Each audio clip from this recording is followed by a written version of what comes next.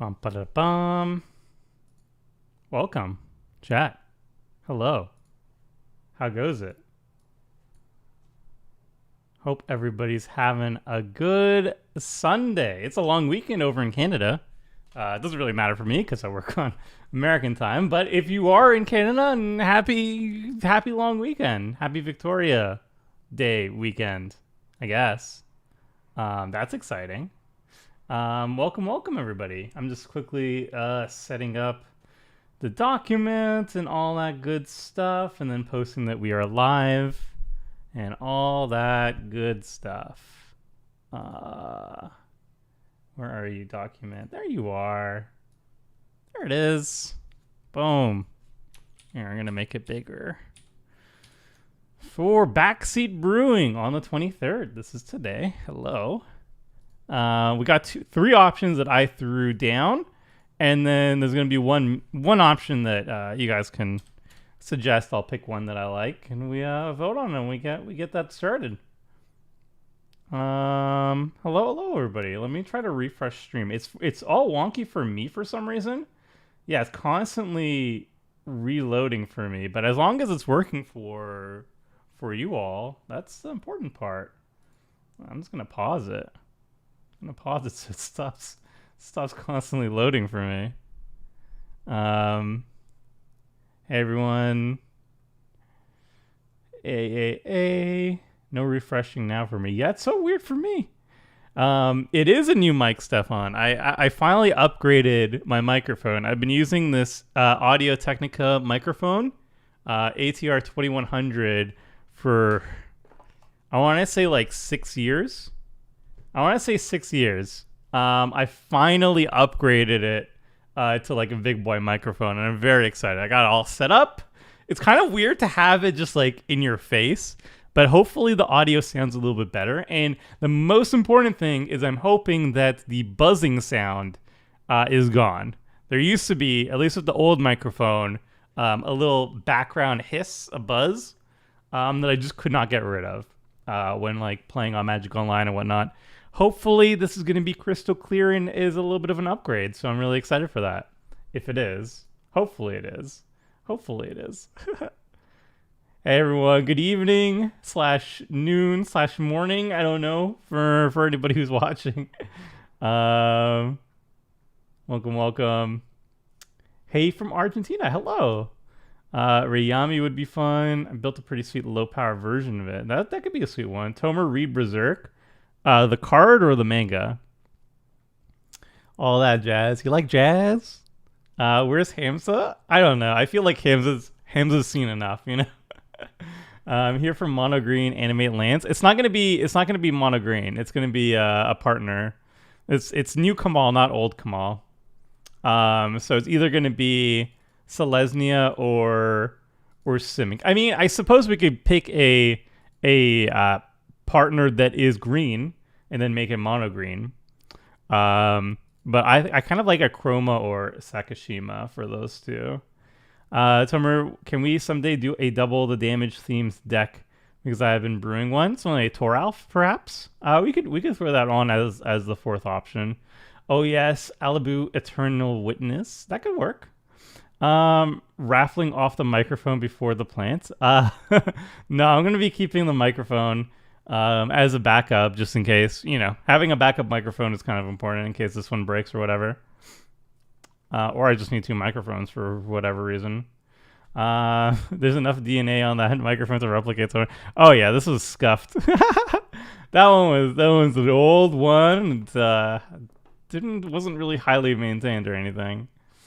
You sure it wasn't from the cables? I tried everything, Donovan. I tried literally everything. I had much smarter and tech savvy people than me attempt to fix it, but I think it was some interference inside the computer itself that you can't really fix. The manga. Yeah. I know the creator died recently of Berserk. Ooh, Akroma for the flavor. I was thinking Akroma was a good one, yeah. Evil Donate. How about we try and brew Zubera Tribal? I feel like that's more of a thing for like Richard. What about Massacre Girl as the fourth? I like the idea of Toralf as an option. Karuga the Hippo, perhaps. It's so cool to be live by a deck building challenge. I'm glad you joined, Easy Joe. This is always really fun to do. I really like these streams because it mixes it up, you know. Like I play a lot of Commander games and I brew a lot of decks, but brewing as a community project is very fun and rewarding. Toralf, Noyandar in that animate lane strategy. I think we could put it in. Put it in as an option if we go like add a Azorius partner to Kamahl, then we can add in Noyandar. in the 99. Kamahl, Akroma, mass land destruction plus mass land animation plus mass land destruction. That could work. That could work. I would like to put Kaidel as another alternative partner for Kamahl. That could work as well. Did you already choose your deck for the submitted episode? Yes, Froggy. We actually we record our Commander Clash episodes a week in advance, and we do it usually the Wednesday, the week of the Wednesday or Thursday. Yeah, sorry, Thursday.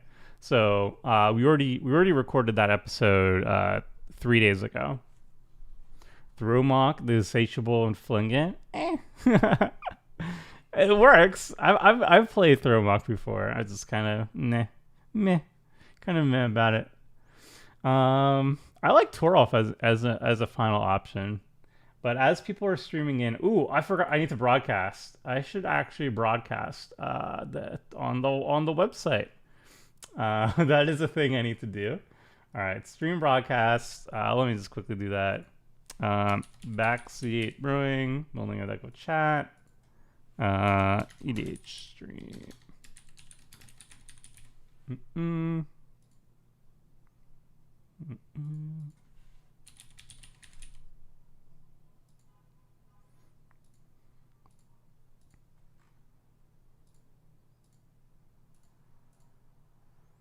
Yeah, we'll do 1.5 hours. There it is. All right. I could get behind Torolf. Yeah, I kind of just like Torolf. I think Torolf is going to be a fun one, honestly. Nice and simple. I'll just throw in Torolf as an option.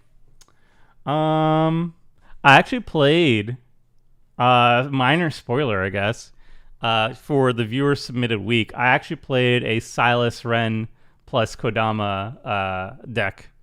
I won't explain what it was, but I did not cast either commander. did not cast either commander. Who's Torolf?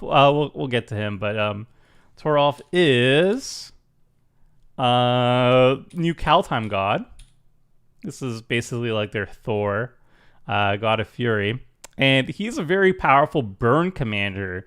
Where basically like he chains together damage spells very well. Whenever you do excess damage, Torolf deals that damage over to another target, and it could chain together a lot. And it works really well with damage boosting effects, damage doublers. Because let's say you have like a Fire Emancipation on the battlefield. Fire Emancipation is if a source you control will deal damage to a permanent or player deals triple that instead. So let's say you Lightning Bolt something with Fire Emancipation on the battlefield. Lightning Bolt does 3 damage, so it would deal 9 damage, triple that, 9 damage with Fire Emancipation. And then if you deal excess damage to a creature, let's say the creature has like 1 toughness or something, and you Lightning Bolt it, you deal 9 damage to it, so there's 8 excess damage. Then Torolf will take that excess damage and aim it at another target. And that excess damage of 8 damage from Torolf is then tripled by Fire Emancipation again. So you're doing 24 damage of excess damage. And you can see how that can get out of control very quickly, because you aim at another creature, you kill that creature, and then that excess damage is carried over. You triple it again with the Fire Emancipation and all that stuff. So Torolf can do a lot of damage really quickly, and it's kind of fun. So I'm going to put that as option number 4 for the Backseat Brew. That's going to be Torolf Burn. Torolf Burn. Well, let's just link it as well. You should do Furnace of Wrath. Yeah. We'll add all the damage doublers, I assume, will end up in the deck. All right. So as people are trickling in, I want to say hello. Welcome to the stream. Sunday streams, we generally do non-gameplay commander content. And the one that I've been doing the most, because I really enjoy it, is Backseat Brewing. So basically what we do is we build a commander deck from scratch. And I give 4 options that I am personally hyped for. And then you get to choose, you get to vote on one of these 4 options, and the option that has the most votes after 10 minutes of the poll being up we will build from scratch, and we'll go through an organized list. But I'll get to that after we actually decide upon the commander first. So we have an organized way of actually building the deck to make sure it's not too chaotic or anything like that. So the number one thing we got to do is we choose our commanders. And I'm going to give you a quick pitch on why I think each of these commanders are really cool. And after that, I will set up a straw poll that you will have access to. I'll also post in the chat as well. For people who don't have a link to this, you could find a link to this document in the video description, but I'll also post it in chat right now. So I'm going to start with some pitches. We're going to start with Dralnu Lichlord. So Dralnu Lichlord is one of my favorite commanders that I've never gotten a chance to actually play. I don't think I've ever played him on Commander Clash. I could be wrong, though, because I have been doing Commander Clash for like 6 years, so I might have played it already. Who knows? I definitely haven't played him often. I'm gonna go with that addendum. I haven't played him often. To my recollection, I've never played him. And there's one thing I really want to do that's still on my bucket list. I've done a lot of things in Commander so far. Like I've pulled off a lot of silly things in Commander because I play like twice a week with new decks each time. But Dralnu is one thing on the bucket list that I've never actually gotten around to doing. So Dralnu itself is a really powerful Spellslinger deck. Basically, his activated ability is Flashback. He gets to tap and give a sorcery or instant in your graveyard Flashback until end of turn, which is really great because it's just like a very solid source of card advantage. You get double the value out of all your instants and sorcery cards.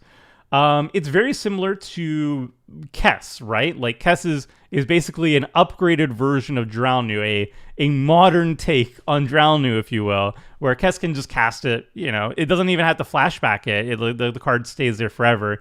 And not only that, Dralnu comes with an extra drawback. If damage would be dealt to Dralnu, you sacrifice that many permanents instead. So the scary thing is, if you're up against a red opponent, as Bick has already pointed out, if Dralnu gets hit by some mass removal spell like Blasphemous Act, this is like the worst case scenario. Your Dralnu will take 13 damage, and when Dralnu takes 13 damage, you have to sacrifice 13 permanents, which is kind of hilarious. But what I like here is I actually want to turn this negative into a positive. I want to kill opponents with this negative effect. So my Dralnu take would be cards like Wrong Turn, where I give an opponent control of Dralnu. You can also use like Reigns of Power is another one. This is one of the older versions of doing it. Instant Speed. Give your opponent control of Dralnu, and then hit them with a damage spell. So one of the easiest ones is like Pestilence. You can use Pestilence to deal damage to the opponents or all creatures on the battlefield. And then when they have Dralnu, they start sacrificing permanents based on that. We can also do like silly things like Praetor's Grasp. If we know we have a red opponent, for example, we can Praetor's Grasp the red opponent to get their Blasphemous Act out of the deck. Pestilence won't work. Why won't it work? Won't they just sacrifice Dralnu? Oh, yeah. You can do it in response though, right? Can't you like put it a bunch on the stack? I guess not. Okay, that doesn't work.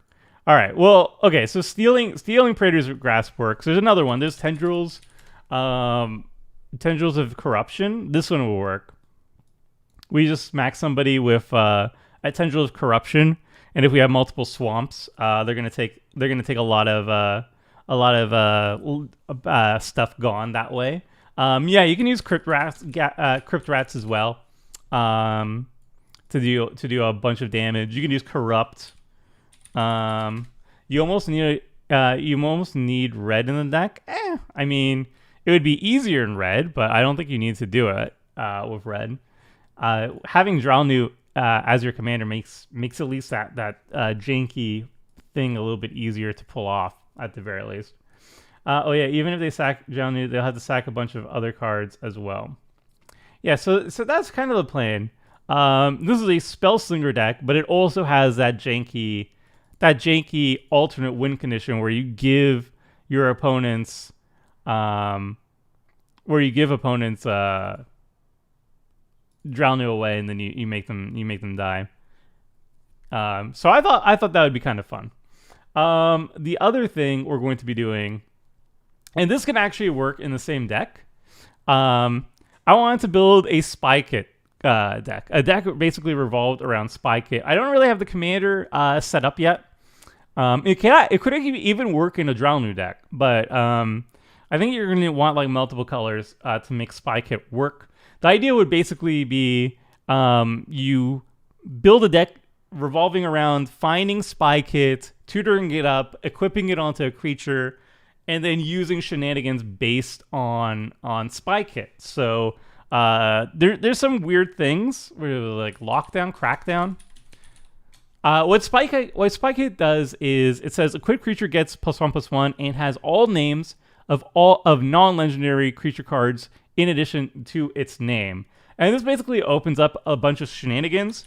One of the easiest things to use with it is Biovisionary. Essentially,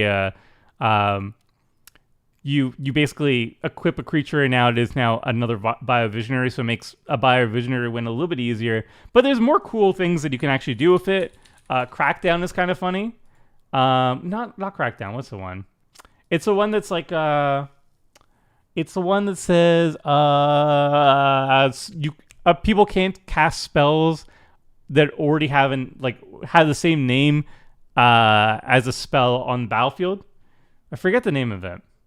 It's a white card, and you can't play it without Spy Kit, essentially. I forget it. It's a white enchantment. There's also like a black enchantment from Kamigawa. Oh man, I'm so bad with the names. I'm gonna have to look them up now. I had a Twitter poll on it, or a Twitter chain on it, and now I'm looking it up. I'm scrolling down and looking it up.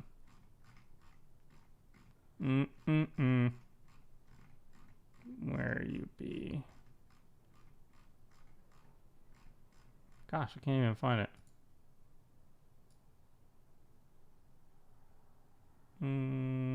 There it is. Okay, I found it. All right. So, silly things you can do with it is, you can cast Evil Twin. You can cast Evil Twin, equip it with the Spy Kit, and then it will have the name of any other creature on the battlefield, so you can constantly use its activated ability to destroy any other creature on the battlefield. That's kind of cute. You can use Retraced Image to cheat into play any creature from your hand onto the battlefield, because it's the same name as any other creature in your hand. That's kind of cool. Where is it? Cornered Market is the one. Cornered Market. Players can't cast spells with the same name as a non-token permanent. Since your creature now has all creature names, your player just can't play creatures until that creature is removed, which is also hilarious. The meanest thing you can do with Spy Kit, though, is Eradicate. What you can do is if you donate the Spy Kit equipped creature over to an opponent and then you eradicate it, you will search the control's graveyard, hand, and library for all cards with the same name as that creature and exile it. So you just exile all creatures from their deck. All their creatures are gone. And if you animate a land and equip it with Spy Kit and then donate the animated land to somebody, and then you eradicate it, then you remove all creatures and all lands from their well, not all lands. You would remove all lands of the same type as the land you donated, but you get rid of a bunch of lands and you get rid of every single creature in their deck, which is just hilarious. So there's silly things you could do with Spy Kit. You could even pull off the Eradicate combo in the Drownu deck, by the way. If we go Drownu, we might just throw in Spy Kit plus Eradicate and then get people with that. How do you deal with the other two opponents? It's fine. It's fine. All right, the next thing we want to do is... Hey, Kafis. Next thing we want to do is... this is a cool spicy brew that basically just taps into a lot of land ramp. This is Kamahl, Heart of Kroza. I had an idea of like a super budget deck that is just basically a bunch of land ramp. Like you run every single land ramp card you can, and then you just drop down Kamahl or one of the partners with it and just animate all your lands and win the game. I just like the idea. I just like the idea of animating a bunch of lands and killing our opponents with lands. It's just funny to me. I just thought it was a cool idea. So Kamahl is a really cool way of doing it. I thought the deck would be pretty budget friendly, but I think I'm kind of wrong because Kamahl by himself is $3, which isn't the craziest or whatever. But the two partners I was thinking about, the first one was Akroma, Vision of Ixidor. The cool thing with Akroma is not only is she a pretty sizable beater by herself, the casting cost is very expensive, but we're basically ramp.deck, so the casting cost is reasonable in that sort of deck. All our creatures, at the beginning of combat until end of turn, each other creature you control gets +1/+1 if it has flying, +1/+1 if it has first strike. It basically gets +1/+1 for each keyword it has. It works really nicely with Kamahl because if you animate a land with his ability, it has Vigilance, Indestructible, Haste, and Trample. So it's giving Akroma would give every single land animated by Kamahl +4/+4, which is pretty cool. So with Kamahl on the battlefield and Akroma on the battlefield, your creatures have +7/+7. Your lands have +7/+7, Vigilance, Indestructible, and Haste, which is pretty fun. It doesn't. Akroma doesn't give it haste. All right, no, it does. It does. There's haste. There is haste. There's a +1/+1 for haste. So it would be pretty. It would be 8/8 lands that are gonna murder people pretty fast. So I thought that was kind of fun. It wouldn't be super budget because like Akroma herself was already $5. Kamahl himself is already $3. I was thinking either Akroma or another, probably arguably better partner, to be honest, is Sakashima. Sakashima is just a better partner than Akroma, just because blue-green has just even better ramp options. You know, you have like Urban Evolution, you have the blue-greens instant ones, the 2-mana instant where you put a land, you explore at instant speed, and then there's like a 4-mana version of it, or a 5-mana version, like Eureka Moment and whatnot. So actually blue-green is superior than green-white, I think, for this particular growth spiral. So I think actually blue-green is better at what I want it to pull off. But Sakashima is super expensive too. He's $28 by himself, so it wouldn't be that cheap. Oh yeah, there's also Togo and stuff too. So there's different ways you can build this deck. But basically, the idea I wanted to build is I wanted to build a Kamahl deck that animates lands, and the other color you can decide what you want. But I would be very much on board with building a deck that is basically like 80% land ramp, animate those lands, win the game with your lands. I just think that's really, really fun and cute. All right, and then finally we have one more option here. Simic Good, New Revelation. Yeah, it'd probably be a little bit easy. What about Kamahl Kodama? I think that would be good too. Finally, the last one suggested earlier in the stream is Toralf, God of Fury. Toralf, God of Fury basically is a burn commander. What we want to be doing is we want to burn our opponent's creatures / their faces.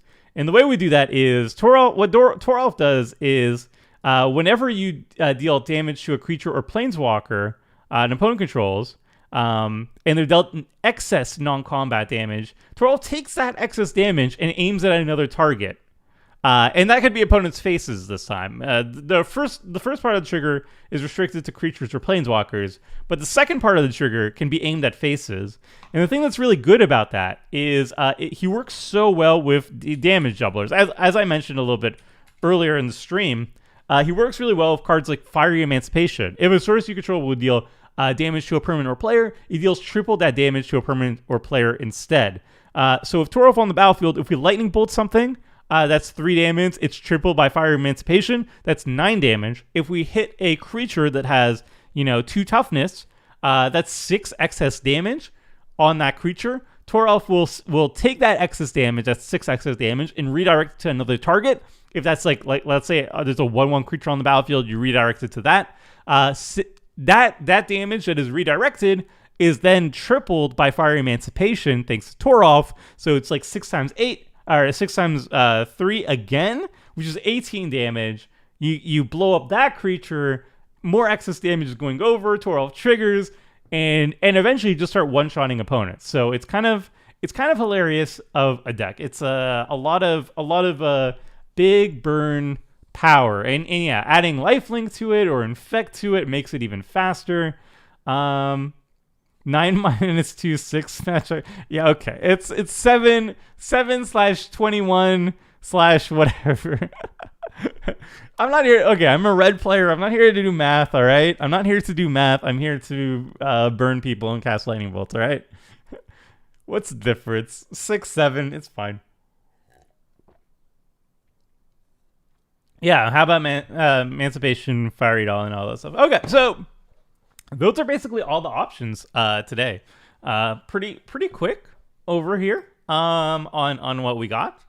I'm kind of happy with every single one, to be honest. Hence why they're there. So I'm gonna start up the poll. Choose your backseat brew. So we got Drownu, Evil Donate, Spellslinger. We got Spy Kit, Shenanigans. We got Kamahl, Partners, Anime, Lance. And we got Torolf, Burn. All right. So I'm going to create the poll. I'm going to share the poll. I'm going to add it to the documents. And then I'm going to add it to the chat. Anime Lance. Nope, I'm not there. Tomer, do you really want to play Red Matt the Commander? I mean, I just assume we're going to be doing so much damage that it's not going to matter how much doing the math. We'll just be like, and I do over 100 damage, you're dead. Pretty much. So yeah, the poll is up, friends. You can see it over here, and we're gonna give it 10 minutes. So you have 10 minutes to vote. After 10 minutes, we're going to check out what the results are, and we're gonna build a deck based on the one that wins.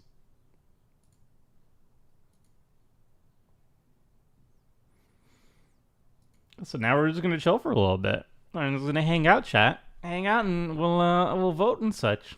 I think Torolf is definitely not a waifu. Maybe someone will suggest Ashling next time. I think Torolf would be considered a husband, though. If my anime lingo is correct, it's a husband, though. Can you doing non-budget or higher budget backseat brewings? I'll let you guys decide. What your preferred budget is. I think most people, at least my community, when I did a poll on it, most people like the $100 range. So I'll assume that's $100. It's going to be $100 brew, but we'll see. Some concepts are going to be a little bit harder to do on a budget than others. Like Torolf, for example, I don't think I will do Torolf justice without Fire Emancipation. I don't even know how much Fire Emancipation is these days. I think last time I checked. Oh, okay, yeah, it was $21, or $18 is the cheapest, or $20. It's something like that. What's the regular version at? 43, $20. Yeah, this card is pretty expensive. I did a article on cards you should be picking up from the core set 2021, and I called Fire Emancipation as one that you need to pick up, and it was like $11 when I called it. But yeah, this card is never went super cheap. It's like obviously Commander Casual All-Star. Hopefully they reprint it more often because this card is insane. People are poor Oliver. Yeah. I personally like budget restrictions because, first of all, I feel like it helps. It helps breed more. It breeds more originality in terms of the decks themselves.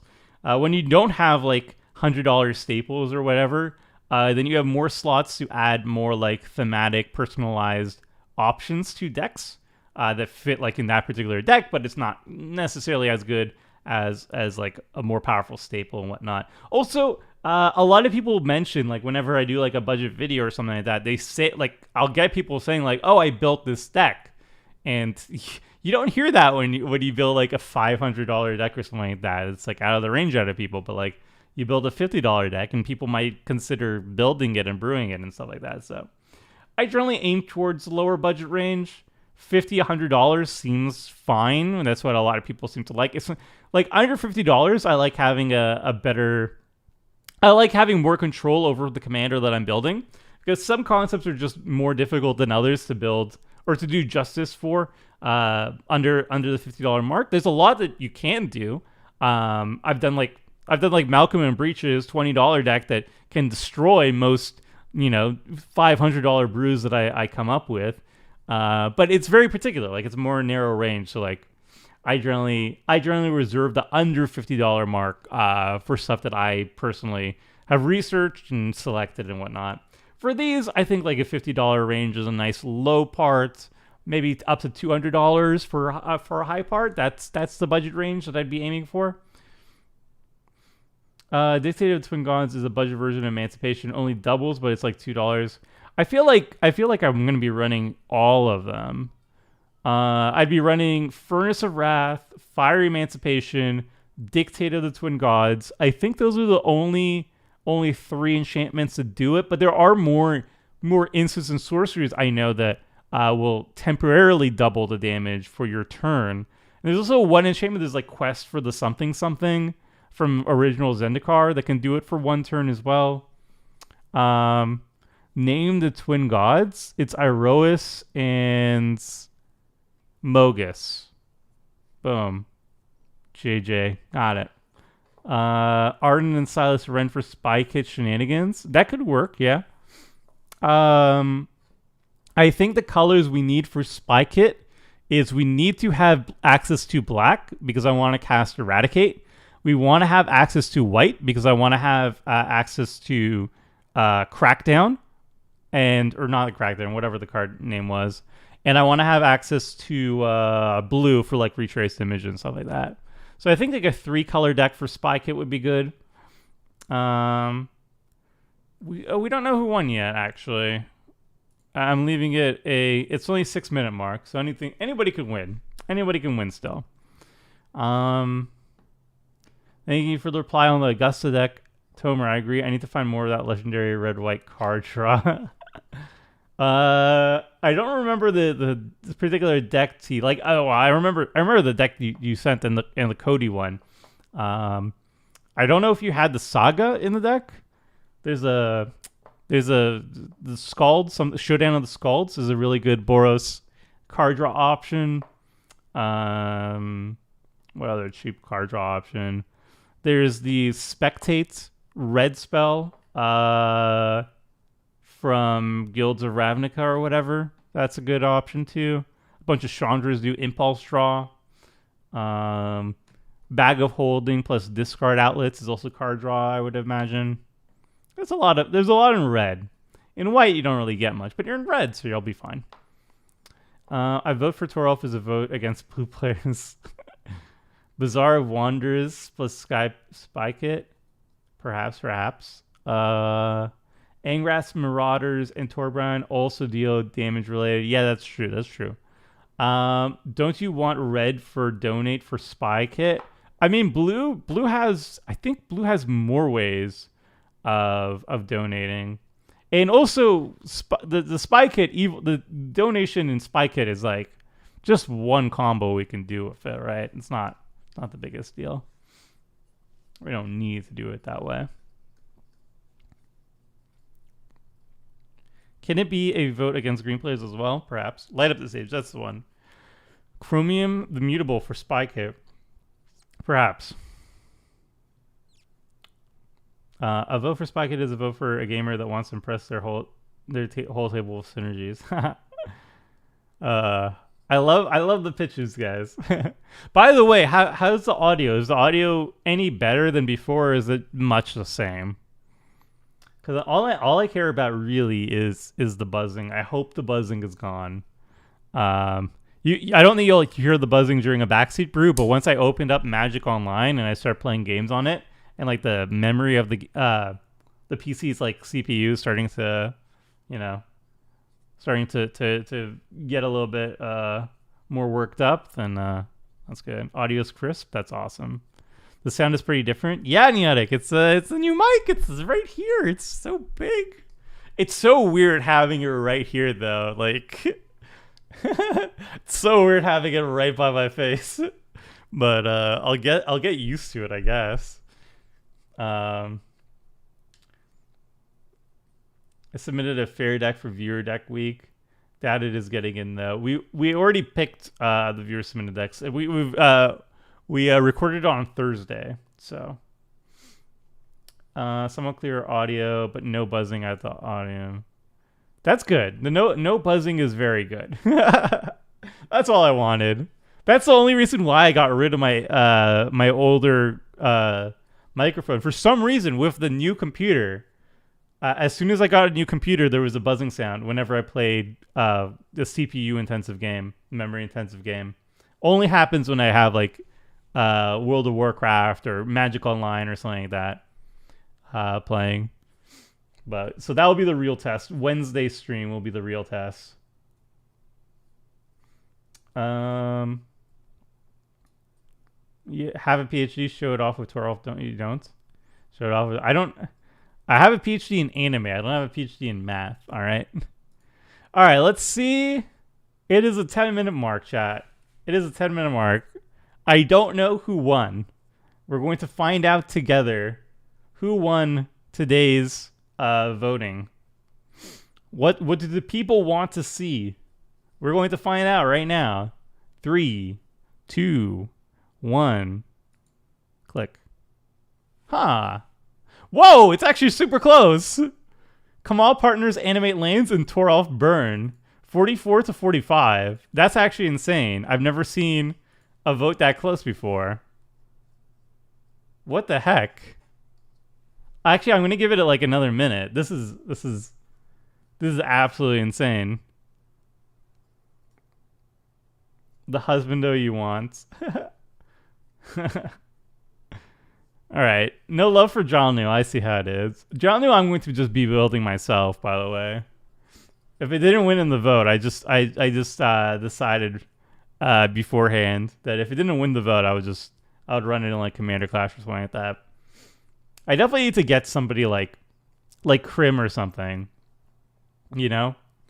I'll donate Dralnu, and then I'll like blow up his entire board. I feel like I need to do that for Krim. At least one time. And then I'll add Notion Thief and Hull Breacher in the deck too. Just because. Quick vote Torolf. He's going to make Dralnu anyway. I mean, I'm not going to make him on the stream. Because that's what the vote is for. Holy crap, this is so close. 48-46. Quick push Spy Kit to 45 as well. A vote for Kamahl is a vote for Stacks. Is it though? How many man did you run again? Boom, boom, boom, boom, boom. World Slayer for funsies. Man, this is actually insane. It's 49 versus 49.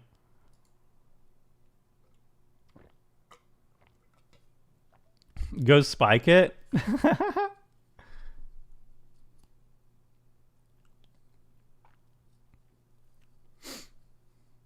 Tarl plus repercussion. I don't know, chat.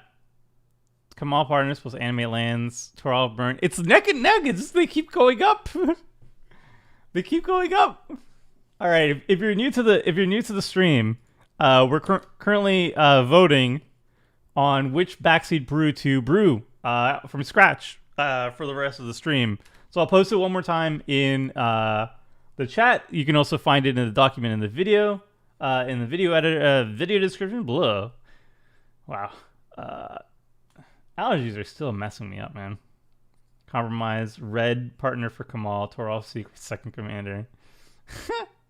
Ramming out into the lethal hardcast crackle of power.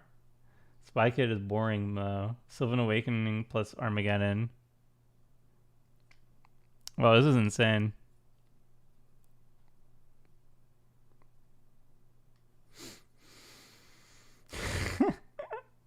I don't know when to call. I guess I'll call it 15-minute mark. 15-minute mark it will be the end of this, just because it's so close. Voted Jalnu not because I expect to win, but because that's what I believe. Don't worry, Saffron. I'll play Jalnu for a commander clash or something like that.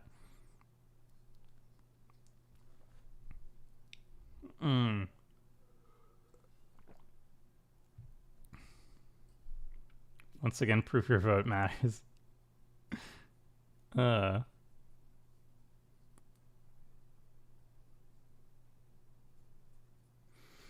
Kamahl Rograk with Secret Commander. I don't think I don't think red adds too much to the strategy, does it? I think Togo adds rocks. Togo adds rocks. Where do we vote? I'll post the link one more time. Could play Ishai and Kamahl for sweetness.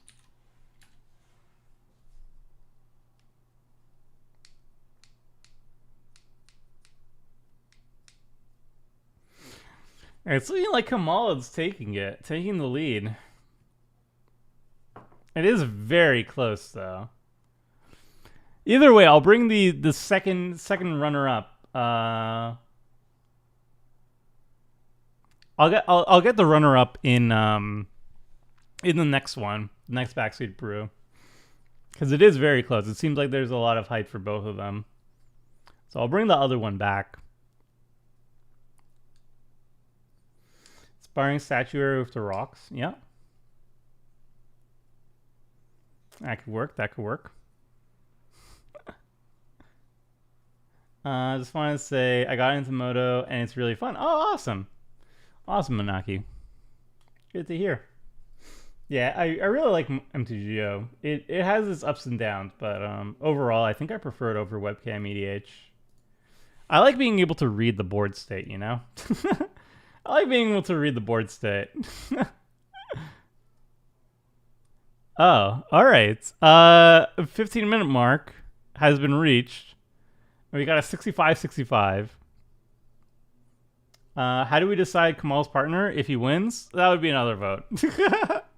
that'd be one more. That'd be one more poll.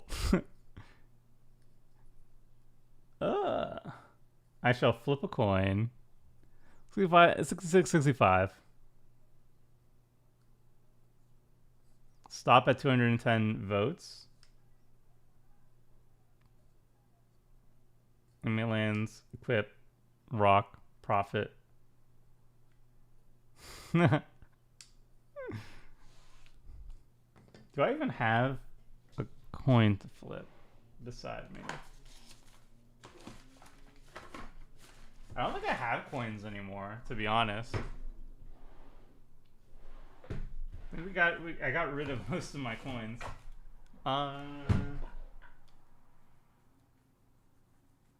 Yeah, I don't know.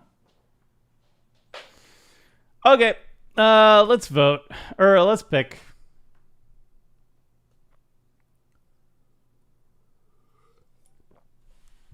Oh yeah, I do have dice. Where be my dice? Here they are. Here they be.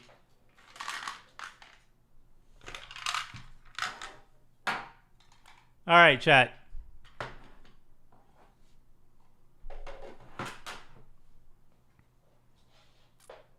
It's going to be odds for the Kamahl Animate Lands deck. And it's going to be evens for the Torolf Burn deck.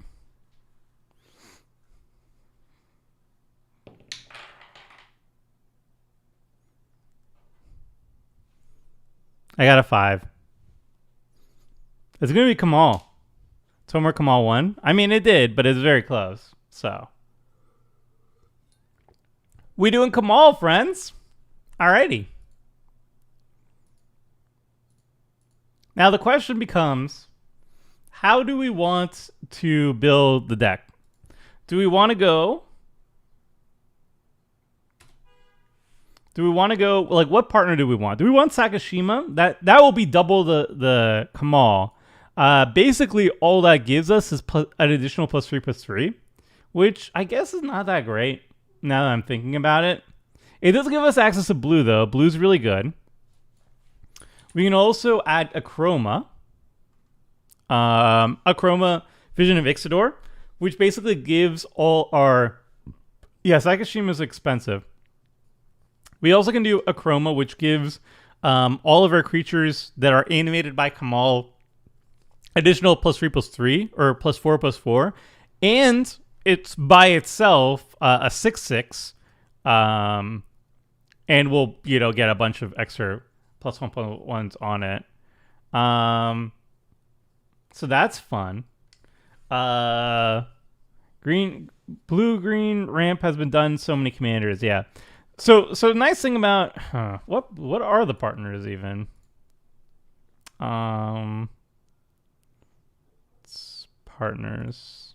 Partner. What are the other partners? So I like Akroma as an option. That's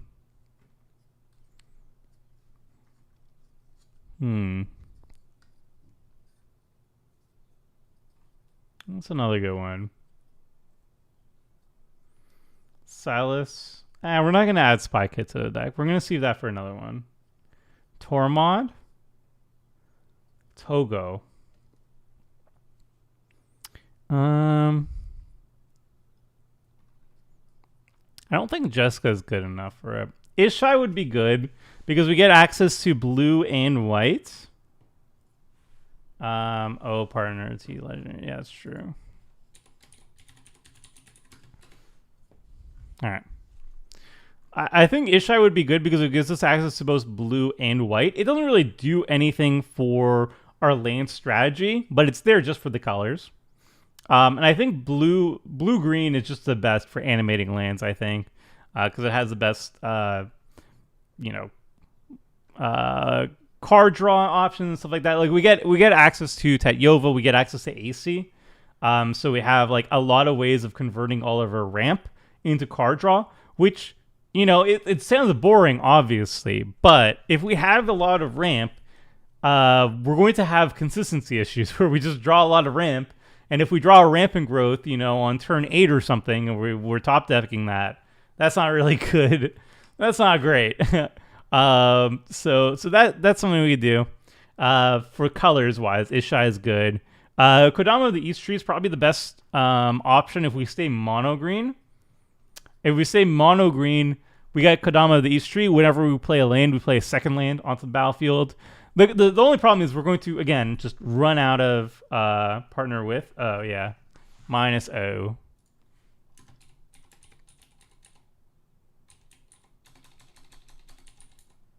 Actually, how do you do it? It's like -0 partner with? Because you can't have... You can't have like multiple. I don't know. We'll just ignore it. We'll just ignore that part.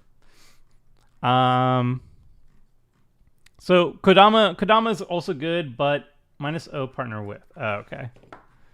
Minus O partner with. Ah. What the heck? What happened? What? Oh, my old microphone was leaning on it. There we go. Okay.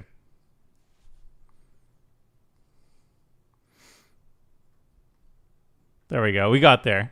So I think Kodama is good. If we say mono green, we are going to have some consistency issues because we're going to not have a lot of card draw. So there's going to be Kodama can ramp hard, but without access to like blue or even red, we're not going to have a lot of card draw options. So that's my main fear of Kodama. It will go really fast, but if we don't have card draw, it'll be a little bit rough. Crom is also good. Crom gives us access to blue and red. Both are two nice colors for what we want to do. Livio, probably not. Ludovic, maybe. Malcolm, no. No, not to these. Not to these. No, not to these either. Thrasios is a maybe. Togo is a maybe. People mention Tormod, but I don't see it. I don't see Tormod. Like, what are we doing with our graveyard? I don't think so. I don't think that's the play. Thrasios is probably too expensive. Thrasios is a bit slow. Unless we're trying to combo off of Thrasios, that's a bit slow. Togo has some inherent land synergy. What are you talking about? Green has access to fantastic card draw, especially if you always have access to big creatures in the command zone. In a land ramp synergy, there's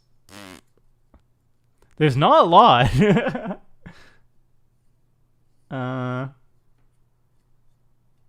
Easier to protect Kamahl. Easier is kind of I guess Easier is fine in that regard. We don't have access to white, but Timna for card draw and colors, Easier for birds. Yeah, Seer's Sundial is 1. It's not a great one, but it is 1. Prava best. Tormod is excellent to partner with Kamahl, but not for what you're trying to do. Yeah, I never saw Commander's Quarters video on it, but I'm trying to animate lands. I don't see how that's going to affect what we want to do here. Red, you can have Remnant Excavators, Glacial Crevasses. I mean, you don't even need red for that, right? Oh, no, Glacial Crevices is yes. All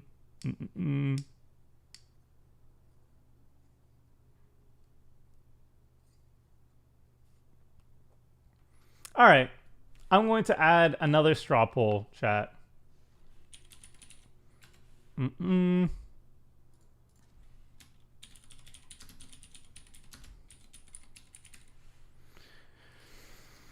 So the first one is Togo, red.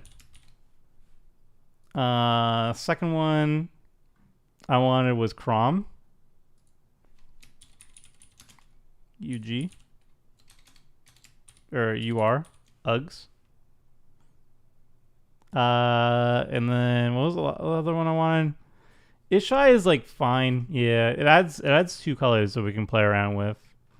And then the last one would be Akroma, I think.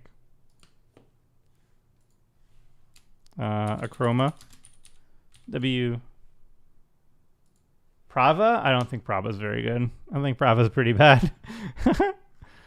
4 mana to make a one white token. That does not seem like a good rate to me. I guess the last one will be Ishai.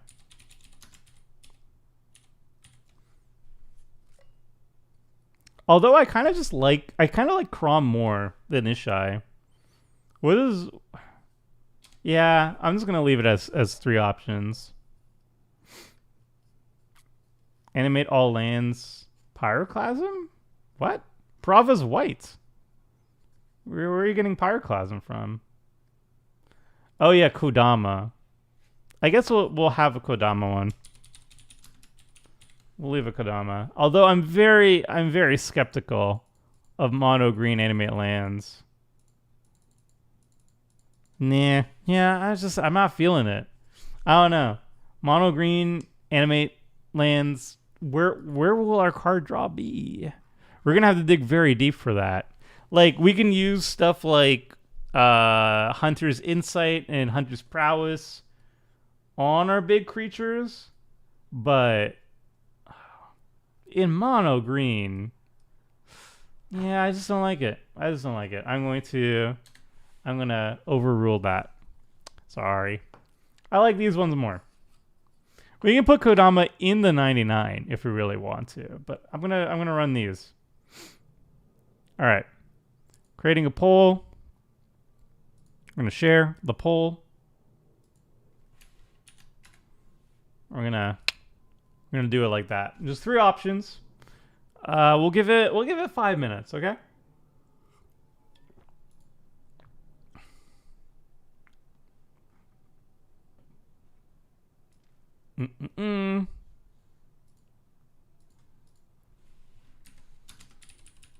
Ah. Man, I can't type worth crap.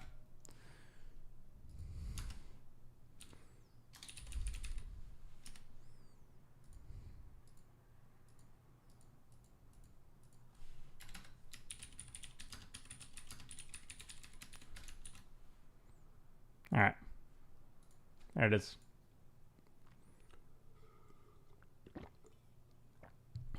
Sakashima is good. It gives us access to blue and gives our creatures +3/+3. But I don't think Sakashima is good enough in this particular deck. Like, Sakashima's insane when you're copying certain commanders, like Kodama or whatever, and it enables combos, or it's very powerful like Krark or whatever. It's a very good card. It's always going to be a very good card. But is it like $28 worth for a budget good? I would say no. I'd say no. If we're budget conscious, I would say no to that. Green-white land sounds great. Yep. I guess if Ishai would allow us to run Noyandar, yeah, it would. But that's fine. We don't really need Noyandar.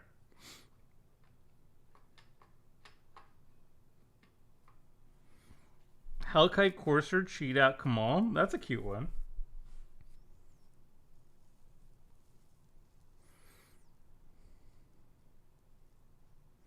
I don't want 7 mana Akroma and 8 mana Kamahl. Well, it is a ramp dot deck, essentially. What about Recycle, Regal Forest, Rishkar's Expertise, and the play out the top of your deck cards. Yeah, I'm aware. Like, there is green card draw, but I just don't think it's good enough. Like, if we have access to blue, it's just so much better to have like Tetyova, AC, where it's like every single land we put onto the battlefield, which we're going to be doing all the time, we draw a card off it. Like, those are so much better. And then even in red, we have access to wheels. We have access to like Into the Wilds and stuff like that. There's just so much better options if we have access to another color. White is going to be another issue too. If we're in just Selesnya colors, it's going to be a little bit more tough. Play to Win has a lot of Crom decks lately, and I love them. Yeah, Crom's very good. I wanted to have less options this time. We picked 4, now we're picking 3. You know. Wave of Vitriol plus Tago. That could work. White has lane tax. I don't think lane tax will ever trigger in our deck if we're doing it properly. Our goal is to be ramping hard. I don't think we're gonna put land tax in our deck. Korma Spell. I feel like Korma Spell is on the reserve list, is it not? Let's see how expensive it is these days. Oh, it's not on the reserve list. That's cute. Wow. That's not too bad. I thought just randomly it was on the reserve list, but I guess not.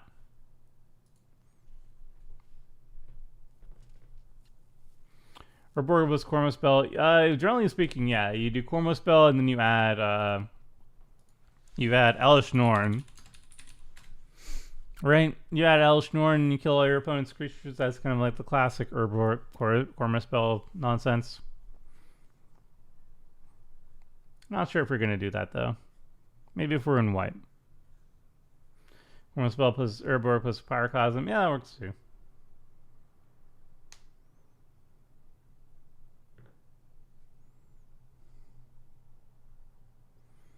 Do we know the budget yet? I don't know. I'll allow chat to choose, I guess. We'll do one more straw poll after this one. All right, one more minute on this one. And then I guess I'll start the straw poll for the next one right afterwards. All right, let's see the results. Akroma W by a lot. This one was not very close. All right, we're gonna do Akroma.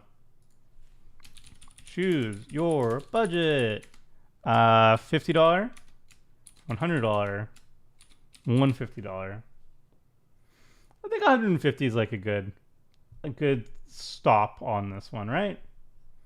Or do we want $200? $100, $50, 150. All right, we'll do one more poll. Great poll. Share.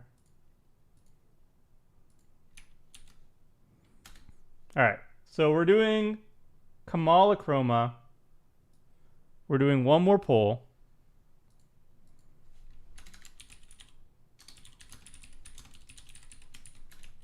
$1 million. No. We'll choose this one in like, I don't know, 5 minutes.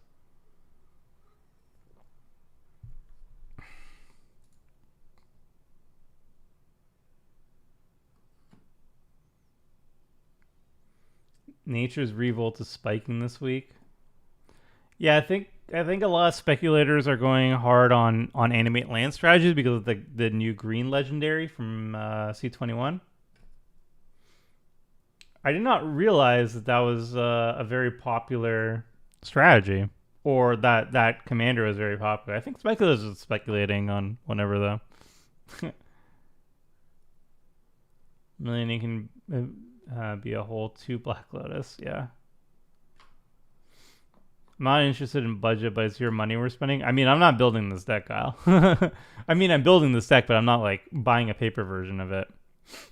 I'll probably play it on stream, but I just borrow the cards at that point. I'm also the budget commander, so I guess I kind of want to stick to my brand, you know? Maybe budget for a Shia if $150. Yeah, maybe. Quick question. Do you have a deck already with Spy Kit Armor? I love the idea. And since I didn't win the poll, it'll be harder to build without your help. I do not have a Spy Kit deck, Blake. I'm sorry to say.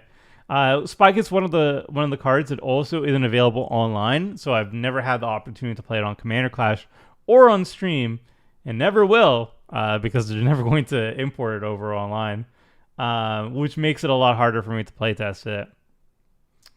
We'll see what this one ends up being like.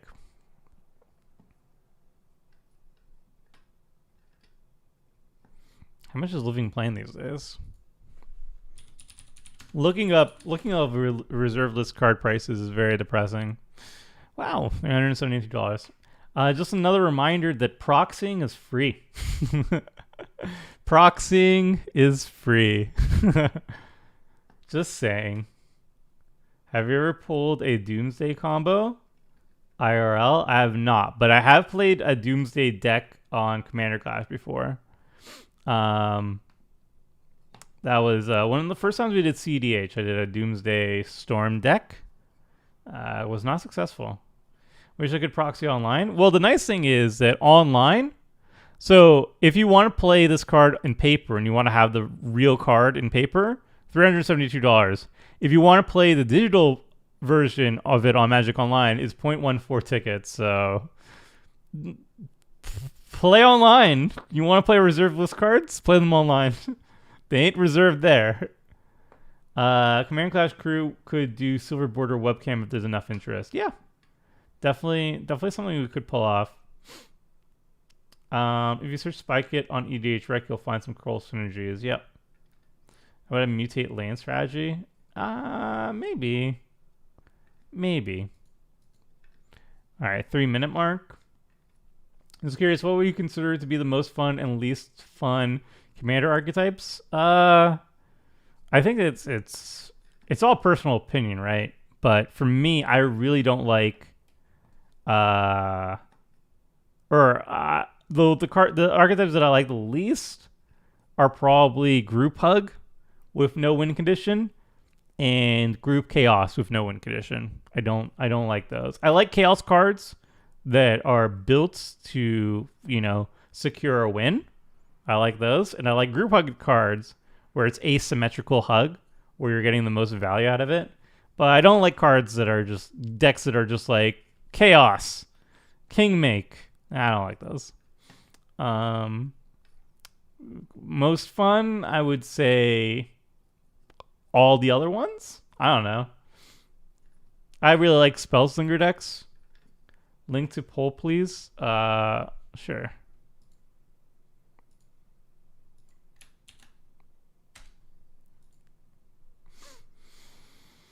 Can we play Adora in the Kamahl deck? I think so. Cancel NFTs of reserve list cards because they're reserve lists. I mean, are Magic Online cards NFTs? Maybe. All right, let's see the results. People like the higher budgets. All right, I'm down. $150. Working on building the $50 Arcane Tribal with Calamax and the $100 Brina because they're so sick. Awesome. Hey, that's awesome to hear, Blake. I hope you like them. All right, seems like people like the higher budget, so we'll go for 150 for this one. So we have chosen our commanders. We are pretty deep into the stream, and it is now time to start a Brewing. So let's create a new deck. This will be $150. Animate lands. This is the plan. So primary commander is Kamahl. Is it Heart of Kroza? I think it's Heart of Kroza. We'll find out very soon. And this one's the Vision of Ixodor. Is this Heart of Kroza? Nailed it. All right, so this is $8 of the budget. Higher budget means less cuts. True. All right, friends. I actually have an organized way of brewing. So what we're going to be doing here to avoid the chaos of random cards being thrown left and right, what we're going to do is we're going to go section by section. So first we're going to start with lands. Then we're going to start with ramp. Then we're going to go over card draw and on and on until we finish the deck. And then we start making cuts at the very end. So I'm basically going to start with lands. I'll ask you all to suggest lands that you think fit the theme and fit the deck. And then after that, I'm going to go to ramp, and I'm going to ask you for card selections for ramp, and so on and so forth for all the other cards. I'm going to pretty much just ignore any other suggestion that is not in the section until we finally get to the very end. And if there's anything that is missing, we can just toss them out there, and then we'll be done. Otherwise, if I don't have like a very stringent system for deck building, people just like flood the chat with card suggestions, and it's just chaos, and you can't parse it. So we'll do it step by step, folks. We'll get to every single card, don't you worry, but we have to have a sort of system in place. So let's start with lands. We're gonna start with lands, and Temple of the False God is actually good here. No memes. It is actually fine here. Gaia Reach Sanitarium is good too. Hey Smug, Looking Barrel, Sanitarium. Gaia Reach Sanitarium. Like I said, not much card draw in the colors. Gavany Township. Castle Garenbray? I guess. Feel like that one's fine, I guess. Nantuko Monastery. That's cute. Bonder's Enclave. I like that one. I do like drawing cards. Not MDFCs. I don't count as lands. I know, crazy. Amaria Shepherd. Yeah, no. Crawling Barrens. I don't think so. I think we just want to. Yeah, I don't like the Monastery, and I don't think I like the Barrens. I guess we'll keep them in here if we have like stuff that buffs animated lands in general. Then it's okay in case we don't have Kamahl on the battlefield. I guess that's fine. Field of the Dead. I don't know how much Field of the Dead is these days, but it is good. Temple Garden. We don't need Temple Garden. Craziest. Mossford Bridge is good. I'm also going to just add Windbrisk Kites. Why not? Stirring Wildwood. Sure. Terrain Generator. Command Beacon, yeah. Strip Mine. Lotus Field. I feel like Lotus Field's expensive. Colony Garden? No. No. Treetop Village? Maybe. War Room. Darksteel Citadel? Nah. Emergence Sequence? What's that? Do you mean Emergence Zone? Corrosion Verge. Yeah, that's a good one. Emergence Zone, yeah. Emergence Zone.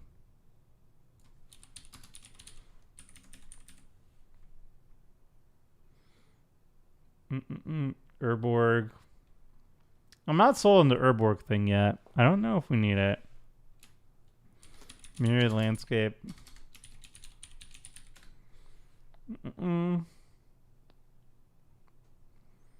Yeah. Canopy Vista. Riftstone Portal? I don't think we need it.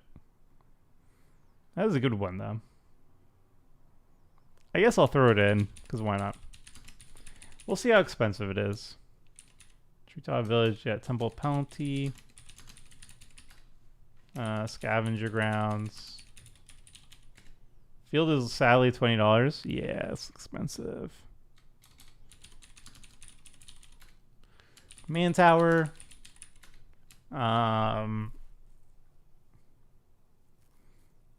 Blighted Woodland. Yeah, that's a good one.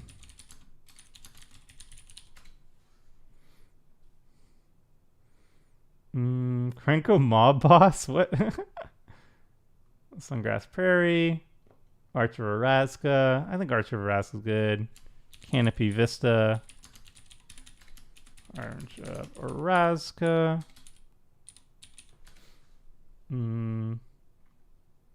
Homeward Path? Maybe. Hostile Desert. Why? Wooded Bastion? Goblin Guy. Okay. Okay, people. All right. What are we brewing? We're brewing Akroma, Vision of Exodore, and Kamahl, Heart of Kroza. We'll make it a little bit bigger for folks. Yeah, the text is really small.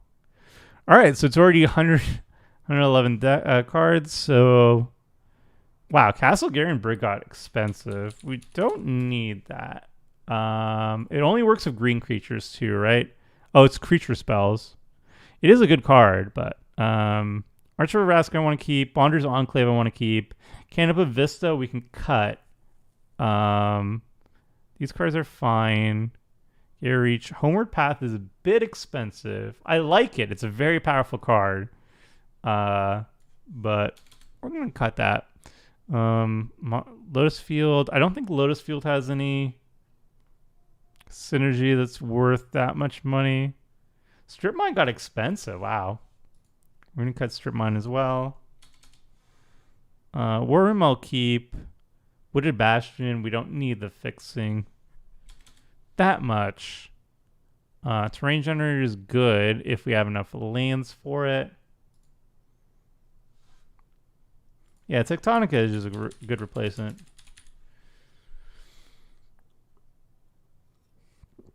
Arctic Tree Line. Is that the name for it? Arctic Tree Line. Loin. Yeah, it is. Okay, good. Isn't there a cycle Isn't there a cycling dual land that is green white? Am I misremembering it?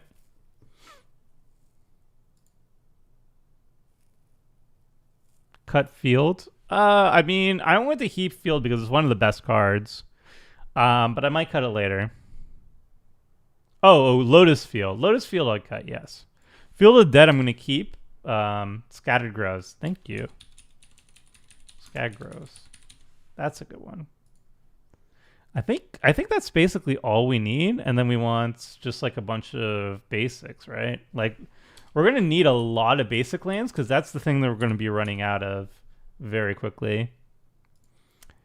Emergent Sequence is a Strixhaven lane ramp that animates. Oh, yeah. All right, we'll get to Emergent Sequence later though. I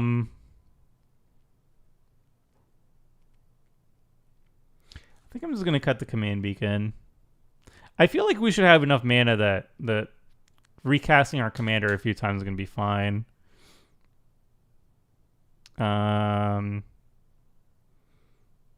Yeah. I think we'll need a lot of basics. And I feel like we actually have too many. I think we have too many non-basic lands actually. Well, this is a bit much. Because if we're going to be running a lot of ramp, it's going to be mostly basic land ramp. And at that point, maybe we take out Field of the Dead. Or we run like at least like one or two snow basics. Snow basic. Snow covered. Snow covered plains. Snow covered forest. Forest. Plains.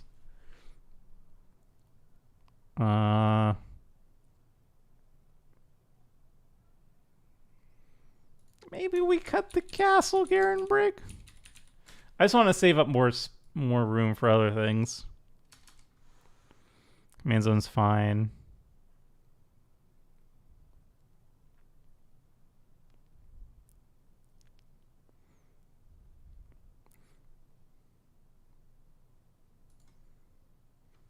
This is a 40 land deck. It's gonna be close to a 40 land deck, but I think we're gonna run a bunch of MDFCs to kind of pad it out. But we'll go to like 38 or something. 4 forests, 4 plains. This is definitely not enough basics. We need to cut a lot more non-basics. Oh, sorry, 5 basics, 5 plains. Yeah, we need a lot more basics in this deck. Otherwise, most of our ramp is not going to function properly. So I'm going to start cutting. I don't think we actually need Command Tower. Is that weird or what? Actually, we'll take out Temple of Pletny. We'll take out Crawling Barrens. We'll take out Nantuko Monastery. We'll take out... Gavinian Towership's really strong. We don't really need the Riftstone Portal. How many do you think are needed? Like 20. Take out the Temple of Plenty. Take out the Stirring Wildwood, maybe? Take out the Treetop Village.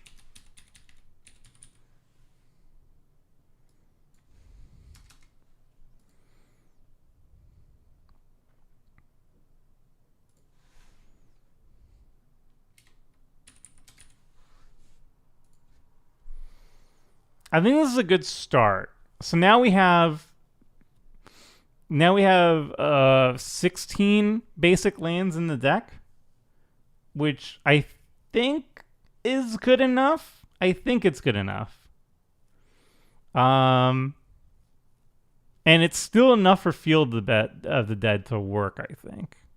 Because Field of the Dead, you need 7 or more lands with different names. I think that should be fine. Cut War Room, add 1 of each basic. No, man. I need card draw in this deck. All right. Split the basics between regular and snow. Actually, that is a good idea. That is a good idea. That like 3, 3. That. Actually 4, 4. And then 4, 4. Something like that. Yeah, there it is. I think Arch of Araska is better than Bonder's Enclave. In this deck, I mean, Bonder's Enclave is less to activate, but I don't know. I think this is fine for a start. 37 lands. We're going to add more MDFCs and whatnot as well to make sure we're constantly hitting our land drops. But let's move on to the ramp. Emergence Zone seems weird here. It's fine in a way. It's kind of okay. It's good for setting up big turns. Field isn't actually that hard if they split between snow and non-snow. Yeah, we only need 2 other basics. Yeah, it should be pretty easy to acquire it. My only worry is if we have a lot of like lands ramp spells that say like search your library for a basic, you need a lot of those, or else you're just going to run out very quickly. Tangled Florahedron. God. It's honestly not that bad, but out of principle, I'm going to say no. I think Balanced Realms is good, yes. Balanced Realms is good. Let's go with Farseek, Rampant Growth. We're going to have more than the usual like 10 or so. Rampant Growth, 3 visits, Nature's Lore. These ones are getting kind of expensive now too. Sky Shroud Claim, Sakura Tribe Elder, Our Promise. Yes, Search for Tomorrow is fine. And Kodama's Reach, Cultivate, Ranger's Path. Is Nissa's Pilgrimage good enough? Maybe. Wood Elves and Farhaven Elves? Probably not. What's up, Wayfarer Guy in white? No. Does Karametra count as ramp? Karametra? No? It depends if we have enough creatures. Maybe. Animus Awakening. Into the North. Oh. Hour of Promise. Into the North can work. Reshape the Earth instead of Balanced Realms?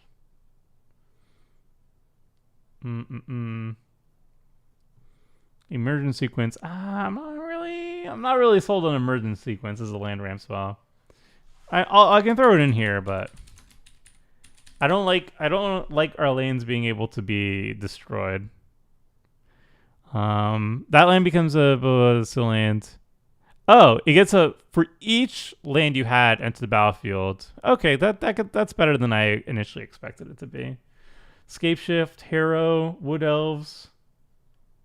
Karametra plus Akroma would go well. We could throw it in. Karametra, God of Harvest, I think. Pier's Whim. Vastwood Surge. Yeah, that one's good. Harrow? I don't think Harrow's that great here. Wait, am I spelling it wrong? God of Harvest? Sky Shroud Claim is here.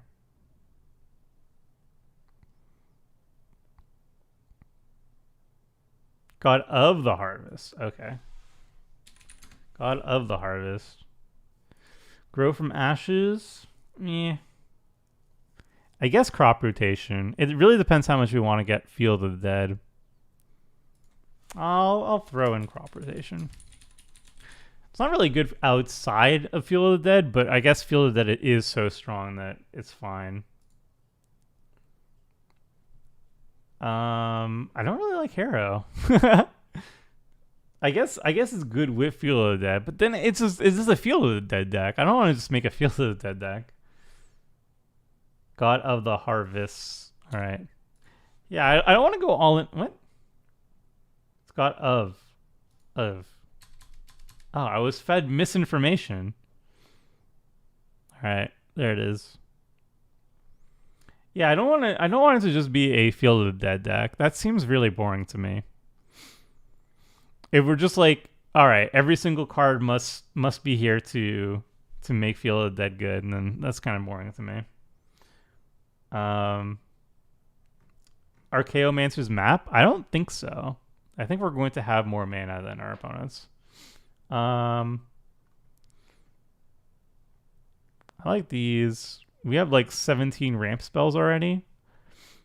I guess we could take out Ranger's Path. Harrow goes pretty good with Riftstone Portal if you want to include those two. Yeah, I don't really want Riftstone Portal though. Thematic Compass? Maybe. Maybe we'll throw in Thematic Compass. The Hawk? The Hawk's not going to do anything in this deck. Look how much ramp we have. Do you think our opponents are going to have more lands on the battlefield than us? If they do, then we're doing something wrong.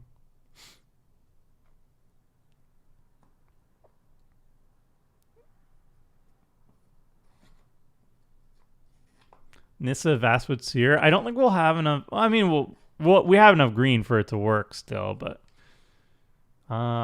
is Corsair Brewfix ramp? No, it's card advantage though.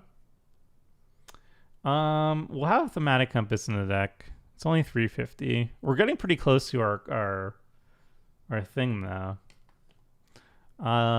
So how much ramp do we have? 1, 2, 3, 4, 5, 6, 7, 8, 9, 10, 11, 12, 13, 14, 15, 16, 17. This is not really a ramp though. This is pretty good. Archaeomancer's map is bad in this deck, Adrian. I'm sorry. Oracle will die is like $1 bajillion, right? Has it been reprinted yet? It's been reprinted in Jumpstart. Yeah, it's still $30. It's a good card, but they need to reprint it. I think we're good on the ramp. All right, card draw. Card draw. See, this is where it gets hard, right? When you're not in blue, the options are going to get harder. In terms of budgeting, budget options. Like Tyler's Tracker, boom, $10. Horn of Greed, we shall see. $10. Recycle? I don't think Recycle's good. It's fine. Harmonize. Harmonize is a cheap one. Secret Rendezvous? God. Rites of Flourishing could be fine.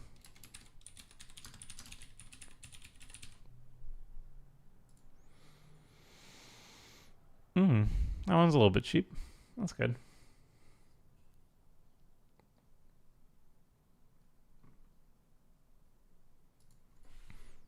So we have a pretty decent start so far. Tusky, we have no creatures right now. Wow, yeah.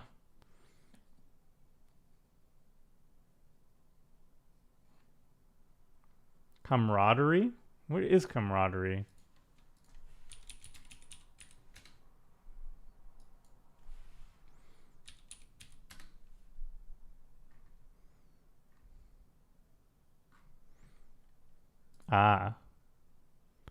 Number of creatures you control? I guess. It's really good for go wide. We're not really go wide until we animate our lands, though. But don't the lands count as creatures? I guess. Turn on the wild speaker? Sure.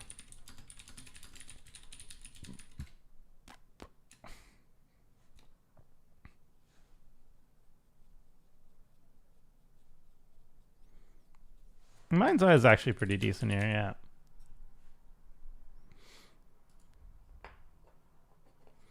Wow, Mind's Eye is expensive? Why, though? Have you not been reprinted? Got reprinted in Battle Bonds. What is this? It was more expensive before? What is this? Alright, sure, whatever. Tusky, Court of Bounty. Shamanic Revelation. I mean, we don't really have cards right now. With Tusky drawing cards off animated lands be too much win war. I mean, we're gonna take what we can get, I guess.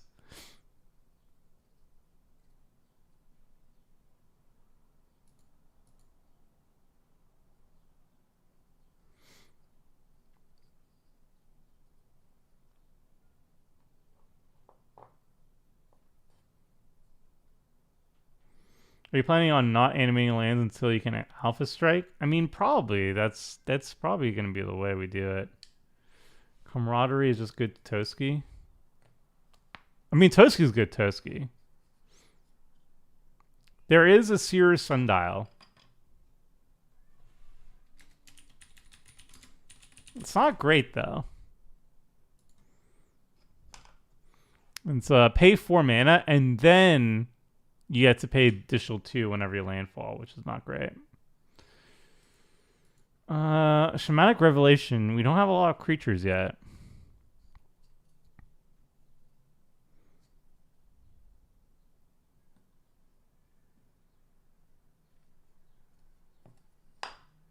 I guess we'll just throw him in just in case. Shamanic Revelation. Rishkard's Expertise, because why not? Not running Toski in your Field of the Dead deck. If it's a Field of the Dead deck, it just feels so bland. I don't know.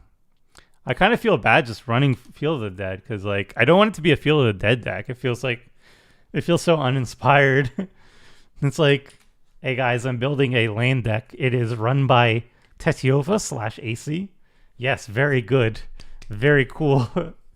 I don't know. I might end up cutting it. Camaraderie is the hill I die on.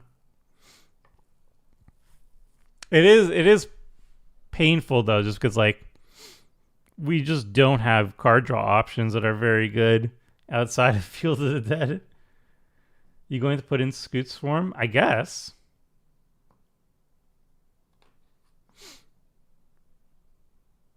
Hmm. 1, 2, 3, 4, 5, 6, 7, 8, 9, 10.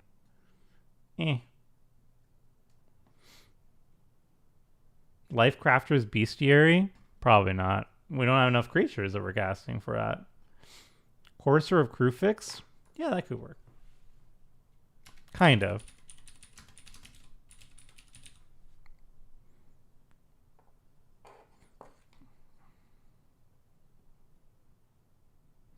What's the point of animate lands if not go wide? I mean, we don't really have any ways of animating lands until we get Kamahl on the battlefield. Kamahl costs 8 mana. So we actually have to, ramp to get him out. And then we need to pay an additional 2 mana per animated land to animate our lands. So, like, we need... Basically, this is a late game card. Kamahl is not like you achievement to play on turn 1 or whatever, and you animate a bunch of lands and you draw cards off it. Like, we're gonna have a lot of mana hopefully soon, but you still need like some card draw that's not based on having a big board state, because getting a big board state is the part where it's the end game that we want to get to. It's not something that we have constantly. This is not like a tokens deck where we're just inherently having a whole bunch of animated lands mucking about for no reason. Can't you use man lands? You have to pay mana to turn on the lands, right? It's still 3 mana to animate one of your man lands. I think the cheapest is like 2 mana. So again, it costs mana. You can't just turn 5 or whatever, spend 8 mana animating your man lands and then like another 5 mana to draw off your card, all your cards off Camaraderie or something like that, right? That's why I'm kind of skeptical of like all these like go wide cards, because once we're going wide, we've essentially won the game, right? Have you seen Rowan? No, what's Rowan? What is this? Reveal the first card you draw each turn. Whenever you reveal a basic land card this way? No, this is way too slow. Yeah, we have Seer Sundial. It's also very slow. Pez, we're not there yet. Sylvan Awakening. Let's go wide and win the game faster. Ugin seems okay-ish with ramp. I think Ugin seems fine. Nissa Vastwood Seer? Yeah, I hear you, but how much is Nissa Vastwood Seer?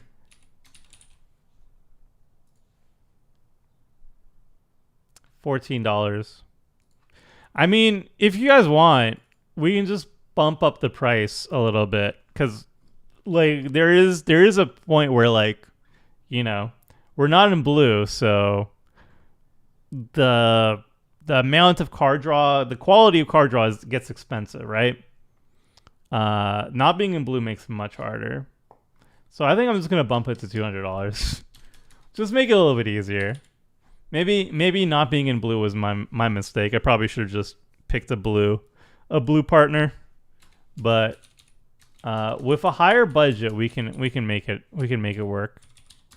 We just need to make it a little bit higher budget. Because we still have like 30 more cards to go, right? Even $200 is going to be tough.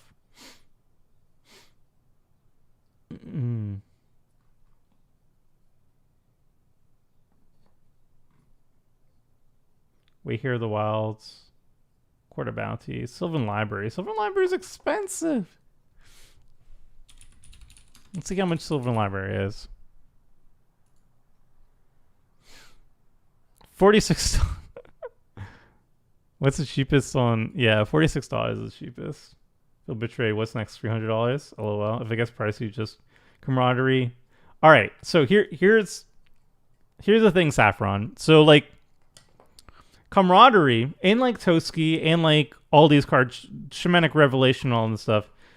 I can add them. I can add it to the deck, but I'm telling you, like, imagine drawing. You know, having your starting 7 or whatever, right? Having your starting 7, you ramp a bunch of cards, right? You have a bunch of lands on the battlefield, but you don't have enough. You don't have enough mana. You're not at 8 yet, right? You're not at 8 mana yet to start popping off of Kamahl or whatever. And even when you get to 8 mana, you need to start animating all your lands. It's a lot of mana. This is the end game. Animating lands is our end game. Until then, what creatures do we have on the battlefield? Very few. So I think the only way camaraderie works is we're going to have to really go in on tokens. So I think the way we're going to need to get this done is like Felidar, Retreat. We're going to basically become a token deck, right? We're going to have to lean in hard on these. And if we have enough of these token generators, if we become a token deck, then I think it makes sense, right? So if we get to tokens matters, and that's our deck is a token deck, then I'm going to add in camaraderie. Until then, look at our creatures. These two creatures are not coming out anytime soon, right? We have a Sakura Tribe Elder, we have a Corrosive Crucifix. This is why I'm hesitant to run a bunch of go wide enablers, right? I think this is a good start though. This is a fine start, but yeah, we're gonna be at $200. I don't think I can make a decent Selesnya animate land strategy deck that is cheaper. This is not happening. Nantuko Cultivator plus Ramanap Excavator. What's the Nantuko Cultivator? I think this is like the Cycler, right? Cultivator. When Cultivator enters the battlefield, you may discard any number of cards. That's cute. I like it. Yeah, Karamesh is probably going to get gone. I'm just going to move on. We're going to move on, and we're going to see what else we can be doing here. Targeted removal. I feel like we're going to have a little bit less targeted removal. I don't know if there's any landfall-based targeted removal. What are even the landfall cards that we have access to? Let's do landfall. Or whenever land enters. We'll just do that. We'll see if there's anything here. I think there's an angel, right? Dryad, Green Seeker, and the Time Spot one. Just believe in the power of anime.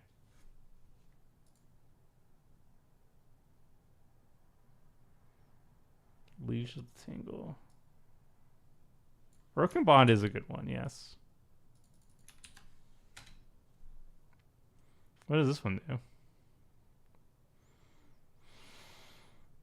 Yeah, I guess, but we have 37 lanes. We're not like really high on lane count.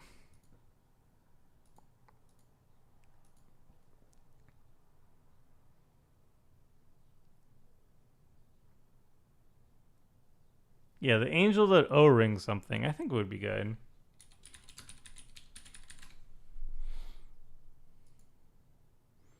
No. That one's cute. That one's cute. But if we're like, we have to be like a heavy graveyard deck for this to work. We have to have like Crucible and Ramanep and all that stuff. Mocha's Command, Sylvan Reclamation. I'm going to add a Broken Bond. Broken Bond, maybe like Generous Gift and Nature's Claim and like East Within. Angel of Condemnation. No, not Angel of Condemnation. What's the landfall one? Where are you, landfall one?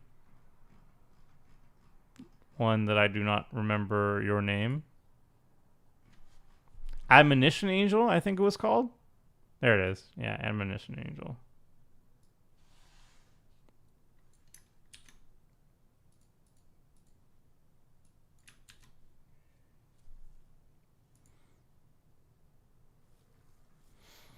Yeah, I feel like we're not going to have a lot of room for target removal, which is something that... it's not great. It's not a great thing to say. Swords to Plowshares. But I might run a little bit less target removal in this deck.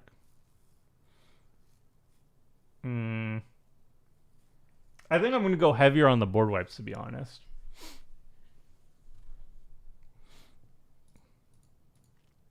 Yeah, it's going to be a little bit less. I think this is a good start. Just Wrath for everything. Yeah, I think this deck is going to be more of a Wrath deck. There's another thing I was going to look. There's an Awaken one. There's Awaken. Nope, not that. I think it's like Planar Outburst. Planar Outburst. I want this. I definitely want this. Rune Ghost, Return to Nature, Return to Dust, Faldar Retreat. We're not there yet. Alright. We want Planar Outburst. We want Hour of Revelation. We want Ondu Inversion. I think those are good ones. Is there any other big board wipe that is good with a land deck in particular? Austere Command, Tragic Arrogance, Ashaya, Planar Cleansing. I guess Planar Cleansing is kind of good, right? It's just basic, but it works. Like, we're not going to have a lot of artifacts. We're not going to have a lot of enchantment. We're not going to have a lot of anything, right?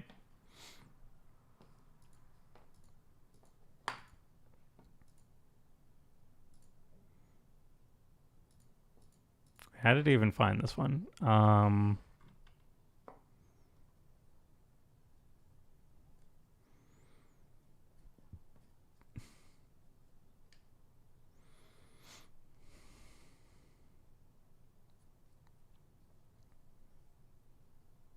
All right, we got the good ones. How often do you really activate Seer's Sundial? Not often. It's a terrible card. It's a terrible card, but like this deck is really hurting for card draw is a thing. Cause like all the other sources of card draw are super expensive. Maybe we need more planeswalkers. Leash of the Tangle will be super fun. Settle on yourself. What about the new Strixhaven draw 3? Yeah. Ugh. I don't want to be in that spot. Akroma's Vengeance. Yeah, maybe Akroma's Vengeance is better here. Akroma's Vengeance. Yo, Simic. I think 4 board wipes is good. Jeez, it's still going to be tough to get under $200, even for this.